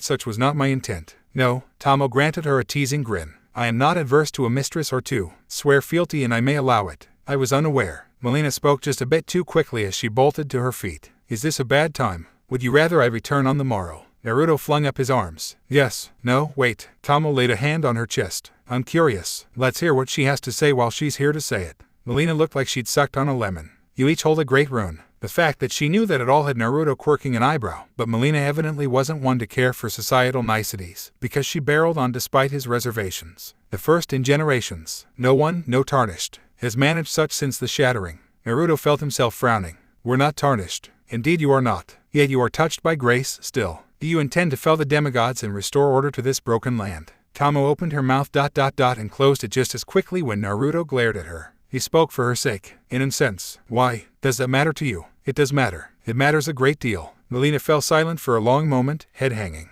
At length, she raised her gaze once more. I know where the demigods dwell. All of them, even those few of which you remain yet unaware. When next she spoke, she dodged their unspoken question as to how she knew such. In time, you will surely seek the Erd-tree itself. Take me with you on your journey and I shall aid you. Eager little thing, aren't you? Tamo crossed one leg over another. And why should we agree to this? The accord I offer benefits the two of you as well. Undaunted, Melina held out a hand to them. All those runes you collected over these last few years. All those lives you snuffed out. I can turn them to strength. Tamo perked up. Really? And how do you figure? Melina smiled softly. A taste, then. Let my hand rest upon you for but a moment, and you shall see. Naruto quirked a brow. You could be an assassin. She scowled at him. I am not. Stop trying to provoke me. Hush, you. Tamo nudged his arm. I'll try it. Let's see if she's bluffing. Before he could ever think to stop her, his second reached out and snatched Melina's hand. Something pulsed between them and she jerked back with a gasp. Oh, Tamo. She turned shining eyes on him. She's not lying. This better not be a trick. With a long-suffering sigh he reached out and hooked his hand in Melina's. His word burst into light and he felt something ignite in him. The process was quick, instantaneous even. Every rune he'd ever touched since first meeting the dragons ignited, seeking out the strengths and talents that he'd grown used to over a great many years. In a matter of moments he felt twice, no thrice as strong. What in blazes are you? A finger maiden. Not quite. Do you accept the gift I offer? If so, you need only take me with you. She bowed her head further when faced with their shared scrutiny. Be assured, I am not your enemy. Naruto sighed. You say that, but why on earth would we possibly trust a stranger like you? He tapped a finger on his knee. What's your angle? My goals coincide with yours. Melina did not flinch. What if I said I could get you into Caelid undetected? Tamo perked up, eyes glowing in the low light. Oh ho? Naruto looked to her. We're listening. The air of Caelid rippled. Like a stone dropped through a large pond, so too did the ripples spread, little by little, until finally an unlikely trio of figures appeared from within. Naruto emerged first, stumbling a little before catching himself on a nearby boulder, then turning round to help Tamo through behind him. Melina appeared last, face carved from stone. There, she began laconically. I gave you my word. Here we are. Yeah. Naruto scarcely heard her. How could he, with the sight before him? Melina had deposited them atop a high hill, and just as well she did, because he could see for miles ahead. Caelid was beautiful. No, perhaps that wasn't quite the right word. Beauty implied loveliness, fragility. And while this place was undoubtedly lovely, there was a ruggedness beneath it all, a stoic savagery of a land wholly untamed by man. Sprawling fields framed by round hills and a towering forest filled with trees, it was raw nature incarnate. All of it lay framed in the ruddy red light of the setting sun, painting the horizon a flowing palette of colors across the sky. And yet, I don't see radon. You're not looking hard enough. Tamo whispered behind, voice high with awe. Turn around. He completed his turn and came face to face with a sea of tents both behind and below them. More than he could possibly hope to count in a short span. Melina had been a woman of her word. All of them lay ringed round a massive single tent in a flowing circle. And there in the midst of them all well. 2 guesses as to who he saw entering it. First 2 didn't count. Well, I'm guessing the big tent belongs to our guy. Indeed. His second bounced on the balls of her feet, grinning from ear to ear. Shall we pay him a visit? Suppose we should. He took a step forward. Paused now, as he remembered Melina. What about you? Coming along. Melina dithered behind them, suddenly skittish. I shall wait for you here. It would be best if I am not seen. and didn't it set off all manner of alarms in his head? Why hesitate now? Do they know you? She looked away. Radon does ... not. Even so, I do not wish to be in his presence. Naruto gave her a gimlet stare. Finally, the maiden faltered beneath it. As you wish, then. Her shoulders slumped with a sigh. I shall follow at a distance. But if it comes to combat, I will not engage him. Of course not, the stubborn girl. Not asking you to. Tamo coughed into a fist and nudged him with an elbow, cutting their dialogue short. Hate to interrupt, but we'd best hurry. Naruto's brow furrowed. Why, see for yourself, young master. His second pointed to the east. Baffled by her cryptic remark, he followed her finger, looked well past the sea of tents and gasped. There, out in the distance, only some leagues distant, a dark scar crept across the land. It was like watching a moving shadow. One fouled the very earth itself to turn the sky a noxious black above. It was growing closer at it. Slowly but surely it inched toward Radon's camp. The gears of his mind began to turn, trying to calculate its speed. At its current pace it would reach the tents below them in a matter of hours, if not less. But the question remained. What in blazes is that? Melina. He didn't miss the mournful note piquing Melna's voice. How far you have fallen. Wind swept up, carrying a sickly sweet scent ahead of the advancing host, causing her to gag and cover her mouth. She does not wish to rot, yet she does all the same. Such is her curse. That was putting it mildly. Naruto wrinkled his nose and waved a hand before his face. He could see the trees and grass decaying from here. They might yet recover in time, but if Melina lingered overlong she'd rot the very land itself. Those living on it would fall soon thereafter. He felt some semblance of pity for her before, to be sure, but this was death and he wanted no part of it. Could he even get close to her as she was now? Why, come here. He flung up his arms. The Erd-tree is the other way. I do not know what she seeks. Melina shook her head. Regardless, she is the greater threat here. You would do well to speak with Radon first. Perhaps if you warn him you might earn some gratitude. That's our intent. Tamo puffed out her chest. Stay close to me, young master. I'll protect you with my life. Oi, he flicked her forehead. I can look after myself, you know. She grinned, flashing her fangs. Of that I have no doubt, but even so Placidusax would never forgive me if something happened to you. She was right on that account, wasn't she? The sooner they finished here, the sooner they could get home. And maybe, just maybe, his fellow dragons wouldn't notice their absence. Fine. Down the hill they went. Doubtless the sentries saw their approach, but none challenged them, even when they were well within sight of the perimeter. Naruto glimpsed scouts scurrying between tents, heard the frantic barking of orders, smelled the faint scent of roast goose burning from countless fires. More than that, he could sense the fear in the air, the palpable tension of the coming battle, the dread of young men who didn't wish to die and old soldiers who knew their end was at hand. And still not a soul faced them. 9 feet now. 6, 3, nearly close enough to touch. Only then did the guards perk up. Halt! The tallest of them stamped his halberd down, fracturing the earth underfoot. This is the camp of Lord Radon. What do you seek here? He spread his arms wide. I've come to negotiate. With what? His grin grew. Friendship and lightning ... if necessary. Oi, now. The guard raised their halberd. I don't see any lightning. Tamo slapped her face. You had to say it, didn't you? Thum, said guard, recoiled with a yelp as a scintillating scarlet streak crashed down from the sky and struck his metal-clad form. His smoldering body struck the soil, twitching. From there he coughed and sputtered, rolling onto his back with a groan. A dry breeze blew through the camp. Oops, Naruto winced, the very picture of innocence. That was meant to miss. You're alive, right? The guard garbled a string of curses. He'd live. His pride was another matter. Great. The whiskered warrior beamed. Any more questions? The heavens answered. And the world skipped. Reality came back to in fits and spurts. Naruto found himself down on his hands and knees, coughing harshly in the smoke. Wait, why were his ears ringing? He touched a hand to the side of his head, alarmed to find it bloody. Realization dawned a moment later as a shadow loomed large over him, large enough to blot out the setting sun. Assassins, are you? A deep voice growled somewhere above him. Well, you'll not have me as you had my sister. Have it thee. Damn. He hadn't though Radon would respond that quickly. Did he think he was under attack? Now wait just a second. Naruto flung up a hand. That was an accident. Hold on. I shall not. His blades were a storm, forcing them apart. Tamo surged forward to defend him. For all the good it did, a massive sword crashed into her and sent her flying into the camp. Tents upended. Men and women flew through the air like dolls of straw. He barely had time to glance her away, time enough to harden his skin and summon his scales before the general was upon him. Everything dissolved into a frenzied blur. Fast didn't even begin to describe the barrage of blades that followed nor the mad dance he undertook to evade them. Radon was faster than fast, his speed bellying savage strength. He could see where the blows would land, but with the sheer power behind them, he didn't dare parry for fear of having an arm torn clear off. It was just a matter of waiting until... There, he saw an opening as the general struck down with an overhanded smash with both blades. The ground burst, spraying dirt and dust in every direction. He stomped down on the leftmost blade, then kicked out with his free leg, striking the general's wrist. Radon didn't let go of his blades, but his grip did slacken for a moment. He gave him time to step in, race up the man's massive arm, and... Calm down. Clenched knuckles barreled into Radon's face, snapping his head to the side. Gravity and sheer momentum did the rest, rendering his visage intimate with the earth. Trying to hold him down would have been futile. This was no weak Godric but a true demigod in his prime. He wasn't foolish enough to provoke him any more than need be. Are you done? Naruto alighted beside him, glaring at the general. We came in peace. I didn't mean to fry your guy. Radon rose with a grunt, brushing dirt from his long crimson mane.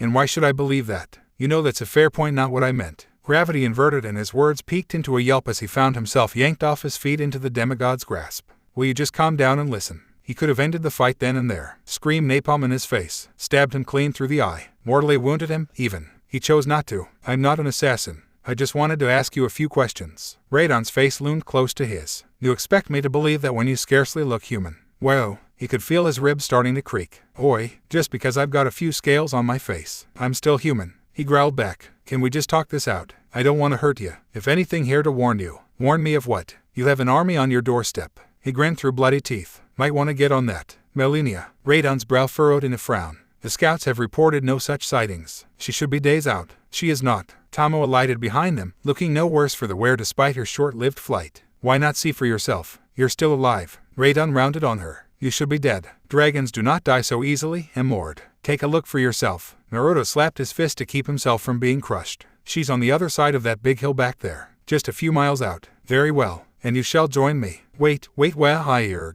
Radon leaped upward. Naruto felt the air sucked clean out of his lungs and his ears pop as the general rocketed away, high into the clouds with him still well in hand. His eyes watered and he couldn't see a thing. He closed them instead, if only to prevent pain. Radon had no such luxury, or perhaps he was made of sturdier stock, because he heard the general sigh angrily in response to something he must have glimpsed. At this height it was impossible to miss the dark host marching on them. Beautiful, isn't it? Radon rumbled. Was it now? It was hard to speak at this altitude, let alone breathe. He felt so terribly dizzy. What is? The lands between, came the hoarse reply. One can see everything from up here. Come, open your eyes. They won't burst. Naruto creaked his gaze open. His eyes watered still, but now he found he could see through them. If the view from Caelid's hill had been good, this was grand. He could vaguely see the dark shroud of Melania's army approaching, but they were eclipsed by the sheer majesty of the world below them. Everything seemed so small from up here. Even the Urta tree was reduced to little more than a golden twig at such a height. The sight stole his breath away. This is the land that I am sworn to protect, Radon said. In the absence of decency and order, the burden of protecting the people falls to me. You would do well to remember that. Blinking the stinging tears from his eyes, Naruto managed to nod. Don't doubt that for a second, big guy. By contrast to their violent ascent, Radon's landing was almost gentle. He barely felt it until, "T would seem you speak true, dragon. I owe you a debt." Told ya. Naruto beamed. Now would you kindly stop crushing me, buddy? Radon released him with a mumbled apology. What now, then? Yes, progress. Mind if we use your tent?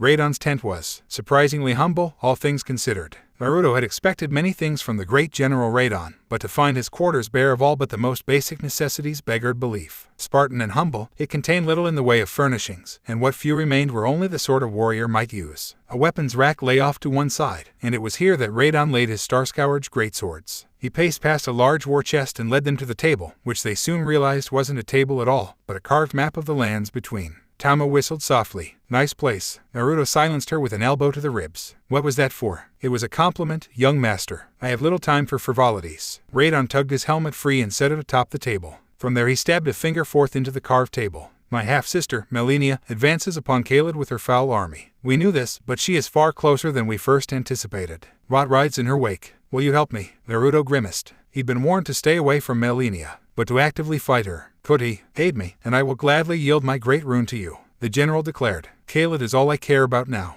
Just like that, Naruto and Tamo exchanged a long, lingering look. A tempting offer. Radon wasn't yet finished with them. I will even cede Melania's great rune to you upon her defeat. Well, had Tamo a tail, it would have been wagging. As things stood, she all but swayed in place. Aren't you a smooth talker? Am I? The general scratched the back of his head. I like to think I am honest, little more. Naruto frowned. I'd like to talk with her, first. Radon was silent for a long moment. At length, he nodded. If you think you can convince her to lay down her arms, by all means. I would welcome the chance to avoid bloodshed. Someone was in her tent. Melania knew it the moment she stepped inside. Though her chambers had been left undisturbed, she felt a change in the air all the same. It seemed darker somehow. The shadows longer, the light dimmer as the sullen sun crept lower and lower across the horizon. She could hear not, see not differently, yet this strange nameless dread persisted still. Her head craned left. Right, now, show yourself. She spoke softly into the sordid silence, or I shall tear this tent asunder. Someone started clapping. Quick on the draw, eh? Tall, too. Real tall. You're not half as scary as I thought you'd be. Her jaw clenched. This is your last chance. Reveal yourself at once. Now before you panic, a stranger stepped out the shadows at her flank. I just want to talk. Can we do that? There's no need for violence. Melania moved. In an instant she was upon him. Her prosthetic arm clicked as her long blade came up under his chin, tickling his throat. She took him at a glance. Blonde hair, blue eyes, whiskered cheeks. And remnants of scales on his forehead and neck. He served the dragons, then. Curious. And concerning. She had, though their kind, well withdrawn from the world after Godwin's death. It would seem she was wrong. Would they too stand in her way? Well, came the boy's hum. Suppose that's what I get for sneaking in like this. Can't we all just get along? Even then, he didn't move. Not once. Through her dim vision, Melania glimpsed the ghost of a smile dimpling whiskered cheeks. Hey. Pearly white teeth flashed as he kept his hands raised. We've both got something we don't want to unleash. His head tilted just so, allowing her consecrated blade to slice into his throat. So, a bead of blood welled out from his jugular as he reached up to grasp the blade, and still his smile only grew. How's about you keep your monster in its cage? Yet more blood welled up between his clenched fingers as Scarlet Slit stared back at her. And I'll do the same for mine, hey? She blinked at him beneath her helm. Do you not fear death? There are worse things than death, Miss Demigoddess. He smiled sadly, red eyes creasing. Much worse. You will address me by my name and nothing else. She lowered her arm and her blade with it. What do you want? To be honest. He rubbed his neck, allowing the wound there to mend. Your great rune would be nice and all, Melania, and oh how she bridled at that casual use of her name. But I kinda wanna hear your side of the story here before I make my decision. Lies. You serve Radon. Nope. He smacked his lips, producing an audible pop. I serve my family. There's a difference. A paw of the beasts, then. She stepped to the left and her erstwhile guest mirrored her with a long-suffering sigh. That makes you no friend of mine. Look, he sighed, I'm not here to fight. It didn't stop her. Before long she was circling him, or was he circling her? Melania could no longer tell. Who was the true predator here, and who was the prey? We could if you like, and hey, you'd probably win, but I won't make it easy. He tapped a finger to his chin, uncaring of the bright red blood he streaked there. And you gotta ask yourself, do you really want to waste your strength on someone like me with Radon getting ready to march on you? Damn him, he must have alerted her half-brother. Honorable oaf that he was, he'd be racing right here. Radon had ruined everything worse, her accursed sibling didn't even realize it. Not just by holding back the stars, but with his indefatigable honor. He wouldn't listen to her. He would stand his ground and fight to his last breath, because he believed his cause to be right. Just even. And so he must die. See, he strikes me as a good guy. Still they circled one another, but now that circle was coming to a close. Honorable. Decent. But I'm not. Unlike him, I'm willing to do whatever it takes to win. He pivoted abruptly and she did the same too late, realizing just how close he was. I have miles to go and promises to keep. I get the feeling you're the same. The rot in her right at his words. Her sword slashed out. He caught it with a grunt, bloodying his hand once more. I cannot abandon my path. She bowled forward and pushed him back against the table, pinning him there, all but looming over him. Do not ask me to. I'm not. The interloper shook his head slowly, setting his blonde bangs swaying as he gazed up at her. But I am warning you. Push this and you'll have a three-way fight on your hands. Did he think she feared such odds? She had never known defeat, and she would not today. You underestimate me, Dragonling. Now it was his turn to scoff. And you underestimate just how far I'm willing to go for my family. So. He brought his hands together and quite suddenly Melania found herself straddling smoke. Why? She heard his footsteps behind her and tensed, expecting an attack. It never came. Why don't we resolve this amicably like adults and just talk for once in our lives? Naruto stepped forward and offered her a palm, smiling like the pure boy he was. Come on, shake my hand. What do you have to lose? Her jaw clenched anew. Time, please. He saw right through her at once. Radon isn't going to rally his troops until I leave your camp. He gave me his word, and he's the kind to keep it, to say nothing of Tomo. A finger wagged her way. We have all the time in the world and you know it. What are you afraid of? Melania scowled down at his outstretched fingers. I do not trust you. He shrugged. Ain't asking for your trust. Just a few words. Her scowl deepened. My tale spans more than a few. And Naruto tilted his head, the motion reminding her of a fox she'd once encountered when she was very small. It had been a bold, fearless little creature too, staring at her without fear before darting back into the brush from whence it came. She'd only seen it once and never again. How odd that she should think of it now. She shook herself from her maudlin thoughts. You will begin to rot if you linger overlong in my presence. That's my choice to make, then. Another step left him well within striking distance as gazed up at her. Won't you shake my hand?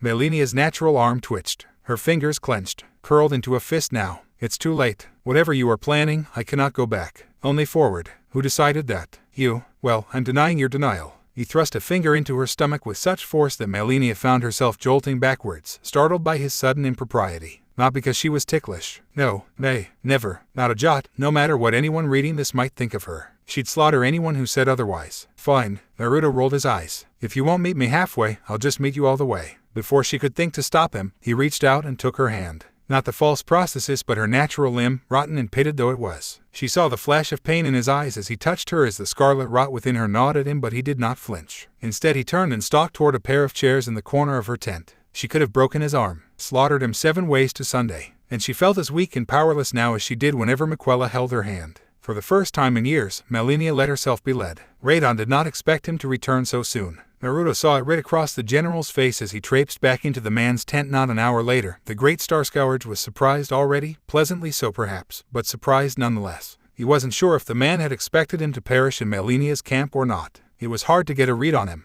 He seemed like an all-right sort, enough to show mercy before after ambushing him. Young master. Not so Tamo. She took one look at him and all but tackled him, wedging herself against his side. He weathered her examination with a rueful sigh, content to let her fuss and fawn over him. If she was looking for injuries, she wouldn't find any. His meeting with Melania had been fruitful. He'd emerged from her camp unscathed. Still, he let Tamo wrestle him down into a chair if only to mollify her for the moment. You should know your limits. She railed at him. What if she infected you with the scarlet rot? What then? She didn't, and I'm fine. He waved her pressing hands aside. It was a productive meeting. Well, it was enough to incite Radagon's curiosity if nothing else. What news? Naruto looked at Tamo. Would you mind waiting outside? She flicked him a baleful look. Are you certain? Radon won't hurt me. I need you to stand guard and make certain we aren't interrupted. She wasn't much pleased by that, he could tell. If anything, she looked downright mutinous. But she was a woman of her word and she'd sworn to serve him. With a shallow bow and a decidedly rebellious gleam in her eye, she stalked out the tent. He knew it wouldn't prevent her from eavesdropping later, but he didn't want her to see him like this or have her undermine his authority. He could only pray that his silver tongue would see him through to other side, because if it didn't...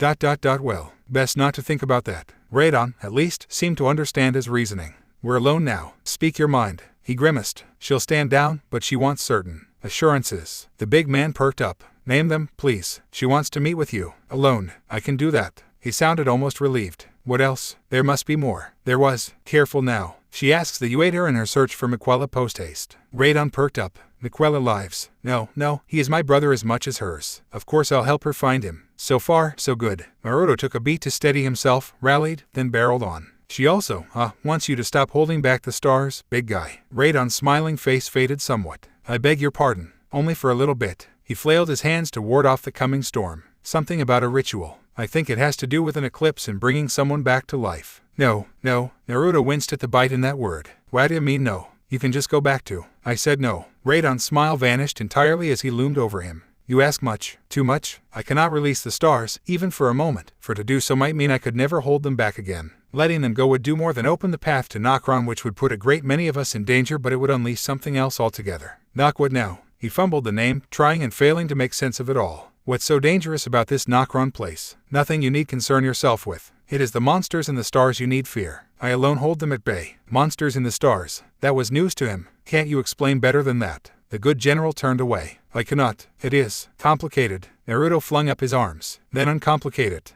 I am sorry, little dragonling. You want there to be peace. I can respect that. He clasped a hand to his shoulder. I can, truly ... but just wanting doesn't win wars. There's a limit to what words alone can do. So it would seem. Naruto jumped and rounded on the voice and Radon with him. Something shifted in the corner of the tent, a body crouched low. As he looked on, they rose, standing to their full towering height. He prayed it wasn't who he thought it was ... and they weren't answered. She stood with regal grace, casting aside a dark cloth bearing a lustrous sheen. Her visage was grim beneath her helm. Melania, you followed me. I did, indeed. Radon's grim gaze fastened upon her with intent, then the dark cloth gripped tight in her fist that's a concealing veil talisman. You've been listening to us this entire time. You never had any real intention of honoring our bargain at all, did you? Naruto cast a stricken look Melania's way. Did you? I did, but it has become clear to me that you cannot see the forest for the trees. She crossed both arms before her bosom and fixed him with a bleak word. In that regard you are no better than Rani and Reichert. No, she amended suddenly, at least they had the courage to seek out other paths. You cling to your tenets and your dogma like a coward. To think I once thought better of you. Radon tensed. Careful, now. Careful. She scoffed. I have been careful. It has earned this. She snapped her fingers. Nothing and naught. Draw your blades if you won't negotiate, and let us be done with this. Radon unsheathed his words without a word. No flourish. No grand boasts. No impish retort or witty one-liner. He simply drew them. His intent was clear. You will regret those words, dear sister. Melania brandished her own blade. We shall see. I have never known defeat. Stop. Naruto thrust himself between them, fighting his own rising temper to physically shove them apart. Both of you, just calm down for a second, will you? He planted a palm on Radon's chest and another upon Melinia's good shoulder, narrowly keeping them at bay. We can talk this through. There's no need to tear everything up over this. Radon shook his head. I already told you. Just wanting doesn't win wars. It is clear to me that my sister doesn't wish to talk. The negotiations are over, envoy of the dragons. Melinia seconded him. You've hit your limit. Those were struck him like a slap across the face. Limit, limit, limit, limit, limit again. He hated that word. He'd grown so terribly tired of everyone telling him what his limits were. From here to Farum Azula. Limits, limits, limits. You can't do that, Naruto. You can't do this, Naruto. It's just not possible, Naruto. Know your limits, Naruto. Accept your place. You're not strong enough, not fast enough, not smart enough to do these things. Because you have limits. Because you're only human. Naruto twitched. Limit. Melinia and Radon exchanged a baffled glance. What's gotten into him? Naruto furiously shouted over them as draconic wings burst from his shoulders. Limit. Scarlet scales burst across his body as horns burst from his head. Growling, he gathered his knees beneath him and leaped upward with a scream, tearing the tent wide open as he hurtled into the sky. Someone shouted at him. He paid them no mind as well and kept flying. Rocketed into the clouds now, up and up, higher still. He stopped just short of the atmosphere, took a deep angry breath. ... and raced back down. His wings snapped open miles above the ground, popping painfully. Pulse pounding in his ears, heart hammering in his chest, Naruto spread his arms, making himself visible to all. Limit. His right hand opened, conjuring a massive spear of red lightning forth to his palm, a bolt larger than he was tall, a terrible calamity ready to devastate all. That's all I ever hear. Well, guess what? Placidusax would have been proud as he howled down at them, his voice rattling the heavens themselves. I've got your limit right here. Crazed laughter tore out of him as he cocked his arm back and took aim. Watch, I'll show you just how limited I am. Look and see. He let the ancient dragon's spear fly. Red lightning screamed down. ... and struck the distant mountaintop of the giants. Even from here, he felt his ears ring. The mountain he targeted didn't so much explode as it did vanish. Fire and smoke rose in a singular mushroom cloud to herald its demise. Everyone in the lands between saw it. He made certain of it. Radon and Melinia were stricken speechless below him. Neither uttered so much a word. Even their armies were frozen by the sheer horror of what he'd done. It gave him all the time in the world to swoop back down and give the demigods a piece of his mind. He seized Radon's head in his hands before the larger man could hope to react and gave him a mighty shake. Stop being so stubborn. You beat the stars once, right? At the man's dumbfounded nod, he shook him once more. You can beat them again. If any of these so-called monsters come down from the stars, you beat them and hold them back. You're freaking General Radon, mightiest demigod of the Shattering. That's what you do. Melinia scoffed below and behind them. He is far from the strongest. Oh, no, no, no. 1,000 times no. He wasn't having this shit. I'm sorry, he landed and rounded on the scowling demigod. Did I say something that you found funny? A finger thrust itself against her helm, denting the unalloyed metal. Wipe that smug smile off your face and talk to this dummy before I spank you raw. Melinia's face went redder than her hair. But, no buts. Now, both of you. He glared between them, daring either to object. Sit down, right here, right now, and start talking, or so help me, I will nuke this entire continent, destroy your armies, and take your great runes for myself. Is that what you want? He bared his teeth at them, flashing his fangs. Because I'll do it, and I guarantee I'll be able to get at least one shot off before either of you can stop me. Neither of the demigods budged a bit, stricken where they stood by his earlier display. Naruto heard Tomo's delighted laughter just outside the ruined tent. Bah, he'd deal with his attendant later. These two came first. He conjured another spear of light to his hands. Oi, oi, did I stutter? I said sit. A long moment passed. Then, Radon and Melinia sat. Forcing Radon and Melinia to the negotiating table was the easy part. Getting them to talk without drawing their weapons. Not so much. In the hours that followed, Naruto found himself forced to play mediator between the not-so-dynamic duo more than once, ever interceding as petty grievances were aired, constantly soothing frayed tempers lest harsh words become harsh blows or worse. It was only the promise of mutually assured destruction that kept them from storming out, and even then, only just. Honestly, it was like herding cats. If said cats were two devastatingly dangerous demigods capable of unquantifiable feats of destruction. But sure, cats, let's take that analogy and run with it. Makes them sound less terrifying. Ironically, Melinia soon proved herself the more placid of the duo in this, her compliance made all the more complicated by the fact that she kept staring at him for reasons he couldn't understand. He'd caught her eye, and he wasn't sure if that was a good thing. It made her more amenable to him if nothing else. By contrast, Radon looked downright mutinous. He refused to release the stars no matter what Melinia might say. Together they could probably take him if they really wanted to, but the trick was not letting them realize that. He was in charge here, he was in control, he had the authority. He'd nuked a mountain and forced it to the table literally. Now it fell to him to keep them there no matter the cost, because if he didn't, Kaled was going to have a battle it wouldn't soon forget. Low consequences, right. Nothing to worry about, not him, no sir. He had this all under control. Geez. These people needed serious therapy. And just like that, his head was spinning from all this stress again. But they were both looking to him to continue the talks, such as they were, and so it fell to him. All right, he began apropos of nothing, let's try a different angle. What do the two of you want here, exactly?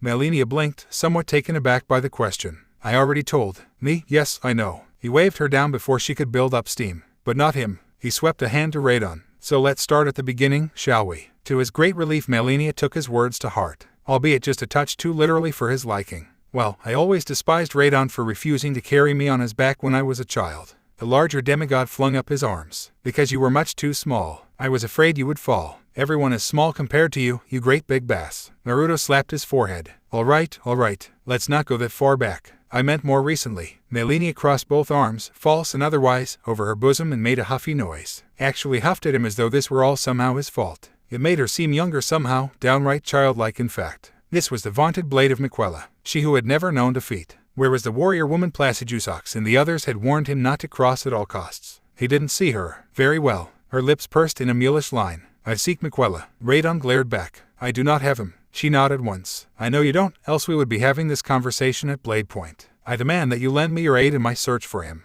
Demand, do you? Some things never change, I see. My turn. The general leaned forward to glower at her. Why do you really want me to stop holding back the stars, sister? No more lies. Melania huffed. You would call me a liar. The giant grunted. I'm certainly not calling you for supper. Naruto coughed pointedly and leveled a stern on them both. Much to his surprise, she looked away. Radon is a brute. The words escaped her lips, rising in a decidedly childish whine. He won't understand. Then be a good girl and explain yourself. Melania grumbled under her breath and scuffed a false foot against the ground. Her sulk availed her not, nor did his stare waver. It was becoming abundantly clear to him that no one had ever taken a firm hand with this girl in her life before, although to be fair, few could. She was an Empyrean, daughter of Radegan, and afflicted with a curse that not only rotted her blood but made it terribly dangerous for anyone to even stand in her presence, much less touch her. She was a ticking time bomb in every way, and yet ...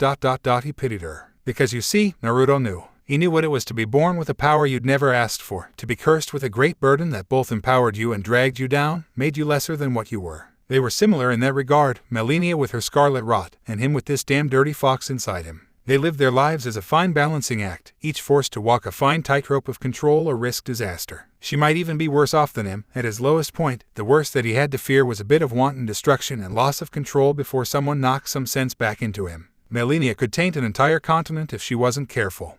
Miquella and I wish to revive Godwin, she said at last. We attempted the ritual once before and it failed because you were holding back the stars. You wish to revive him. Radon burst to his feet, eyes wide. Have you taken leave of your senses? He is dead. To restore him now ... it wouldn't be the same. It would be an abomination. His flesh lives, but his soul does not. She stared him down. I thought you of all people would understand after what happened to Rani. Rani? Naruto turned to face Radon. Okay, this is good. We're making progress. Why don't we talk about? Do not speak her name. He sighed. Or not. Why ever not? Melania tilted her head, reminding him of a lioness ready to pounce. Could it be that you feel some guilt for what happened that night? The larger demigod leaned back with a sputter. I had no part in that madness. She rolled her eyes at him. Your reaction says otherwise. Only out of anger that you would even consider it. And why wouldn't I? Melania languidly crossed one leg over the another and thumbed her chin. Rani trusted Rykard should her scheme fail, why not you? What secrets did she whisper in your ear before the night of black knives, I wonder? What dastardly deeds might you be plotting even now? There are no deeds. Radon thumped a fist against the table. She told me nothing. If she had, I would have stopped this madness before it began. Melania was relentless, never giving him a chance to compose himself. Just as you wish to save your sister, I wish to save my brother. The only difference being that I will succeed. Over your cold, rotting corpse if I must. Blades came out. None of that. Naruto slammed another spear of red lightning down between them. We're here to talk, not fight. Don't you dare. Radon and Melania glowered at one another, scowling over the scarlet sparks, and refused to speak. Right, guess it fell to him again. Neither of you want to destroy Khaled, do you? What? Radon rounded on him, made utterly incredulous. Of course not. Melania was silent for a moment. If it is for Miquella's sake, I would. Nope. Nuh-uh. Not having any of that nonsense now. Naruto raised his hand and closed his eyes. Counted to 3, now then. Whap. He rounded on the tall woman and smacked her flank with an open palm, drawing a decidedly girlish shriek from her. She jerked back with a scowl, clutching her bottom with both hands. Any dignified means she might have possessed in that moment shattered like the Elden Ring itself. Her blazing blush certainly didn't help any. What was that for? For being a bitch. He gave her posterior another whack that had her yelping like a schoolgirl as she scrambled away. I know tensions are high and emotions higher, but that's no reason to be mean. Stop it. Her eyes narrowed. I am not being a bi. Whap. He spanked her a third time and she recoiled, hustling herself into a corner where he couldn't get at her. More fool she. Yet again. What was that one for? Because I told you to stop. He brandished his open palm at her like a blade. You didn't listen. Don't make me take you over my knee. Radon made a bemused noise, low and deep in the back of his throat. She'd probably enjoy it. No peanut gallery from you, buddy. Naruto sighed and jabbed his elbow backwards. The general doubled over, nearly folding in half as he clutched at his gut. Was it really that easy to cow them so? Now, then. He looked between the winded Radon and Malenia, the latter's face downcast and red as her hair, breath escaping her in little startled gasps. Are the two of you quite done? Malenia muttered something under her breath. He caught the tail end of it. Why, it almost sounded like... Harder, Daddy. Radon fell out his seat. Naruto's brow shot into his hair. Excuse me. Nothing. She claimed her seat quickly and tugged her helm down over her eyes to hide. Oh? Radon rumbled a laugh as he reclaimed his chair. I'm fairly certain I heard something. She glared golden daggers at him. You most assuredly did not. Not opening the can of worms.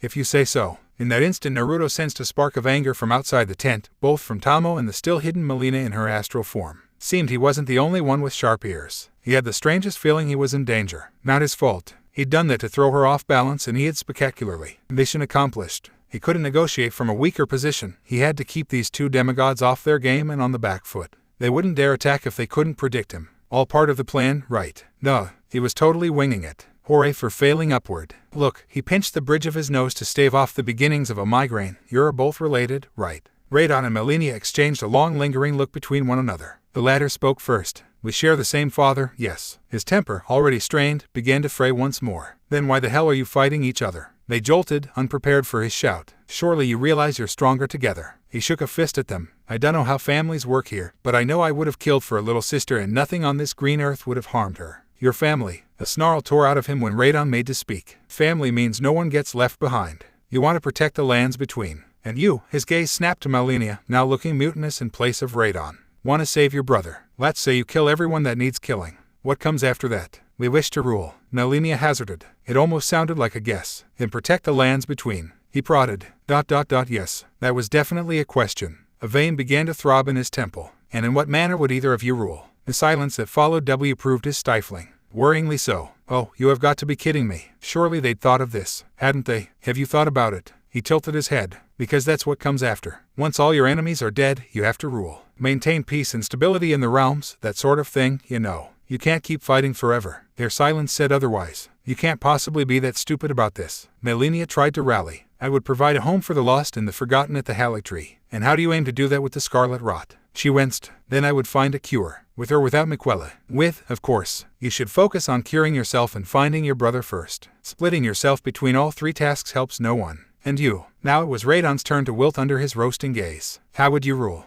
I would do as great Godfrey did before me. Conquer and kill. He silenced him with 3 words. Why the long face, Radon? Because that's what your great Godfrey did. Didn't do much in the way of ruling, as I recall. He slaughtered the enemies of the Golden Order while Marika ruled. And then, when there were no enemies left to fight, what happened to him? Radon's claw clenched. You need not remind me. I think I do. You're treading the same path as him, only difference being, there's no one here to slap your wrist and say, stop. He held up a hand. I see your point. I am a warrior, a general. I do not know how to run a kingdom. But the lands between is my home. I will protect my home. Well said. Melania rallied. You cannot expect us to do nothing. I'm not telling you to do nothing, came the rejoinder. I'm asking if either you really want to rule, or if you simply think it is expected of you. They made a study of the floor. It was answer enough. Ruling is the least of my intentions. Melania said at last. Miquella would be better suited to it than I. She looked to Radon, and he almost dared to hope. If you would consent to let my army pass yours by and aid me in my search for Miquella, I would be willing to. Compromise. She choked out the last word. Would that suffice? Radon sat a little straighter. It would, sister. I would be more than happy to aid you in such a quest. Naruto released a breath he hadn't realized he'd truly been holding.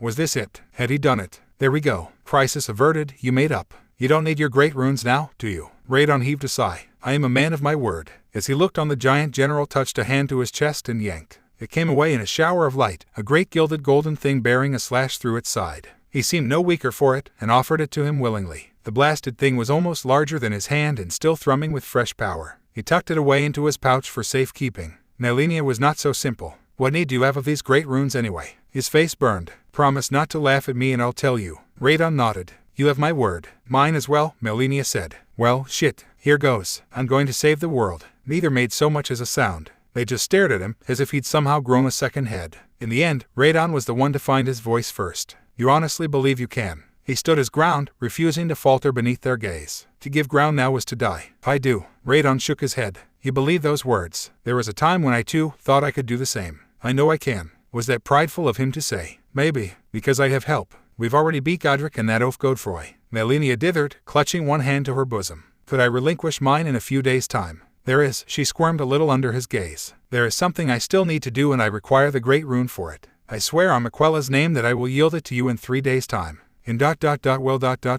She leaned down. Something sizzled against his cheek, leaving a faint tingling sensation behind. Stunned as he was, it took him a moment to realize what she'd done. By then, Melania had already bolted, taking her chance to flee for what it was and running for the hills. Radon sighed. Of course she would fall for the first fool to actively discipline her. You callin' me a fool? He laughed. A fool, yes, but a brave and noble one nevertheless. Perhaps this world needs a fool to save it. He snorted. Even if said fool works with dragons. Even then, a thought struck him. About what you said. Is she really? No.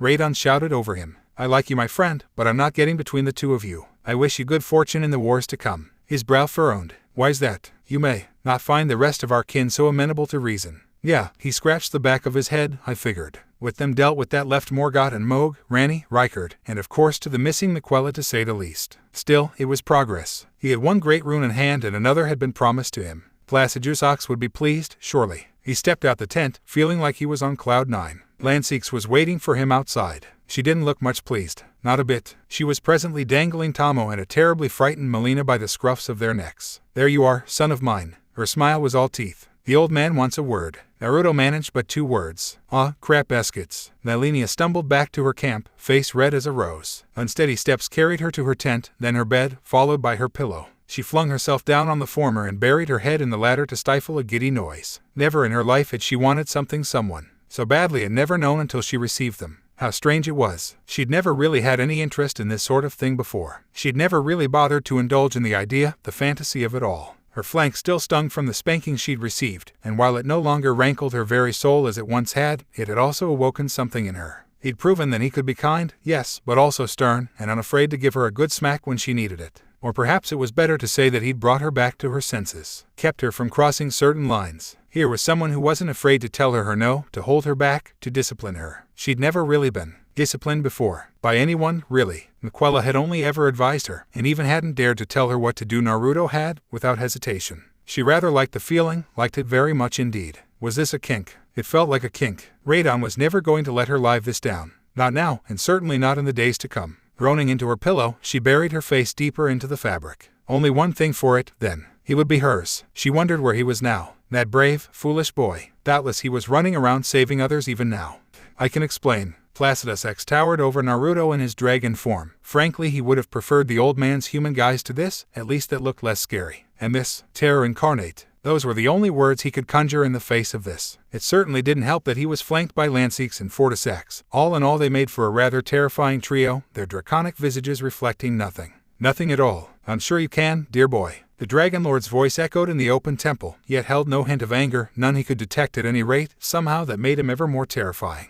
By all means, and explain he did, telling them loud and long at length what they had done. It was tale in the telling, one that spanned more than an hour as his family listened in stoic silence. None said a word. No questions, no arguments, no outbursts of emotions. They just stared at him, listening intently as he wrapped it all up, put a neat little bow on it, and presented Radon's great rune to them. Placidusax accepted it with all the reverence it was due. I'm not angry with you, just disappointed. Ouch. There were no harsher words a grandfather could possibly give his grandson. Although I must admit, I am impressed as well. Naruto dared to look up. You are, indeed. His twin heads considered him. I did not foresee such an outcome. To think that you would talk 2 demigods down. Shame flooded his face. That had been more anger than empathy on his part. He wasn't entirely sure could pull that off successfully again. Please don't remind me, I don't want to talk about it. And you, Tamo. Placidusax looked to her. I expected better of you. Was the lure of a battle truly so enticing as to overpower even your common sense? His partner raised a finger and tried to rally. To be fair, we did get a great rune and Melania swore to give us hers. Placidusax looked back to him.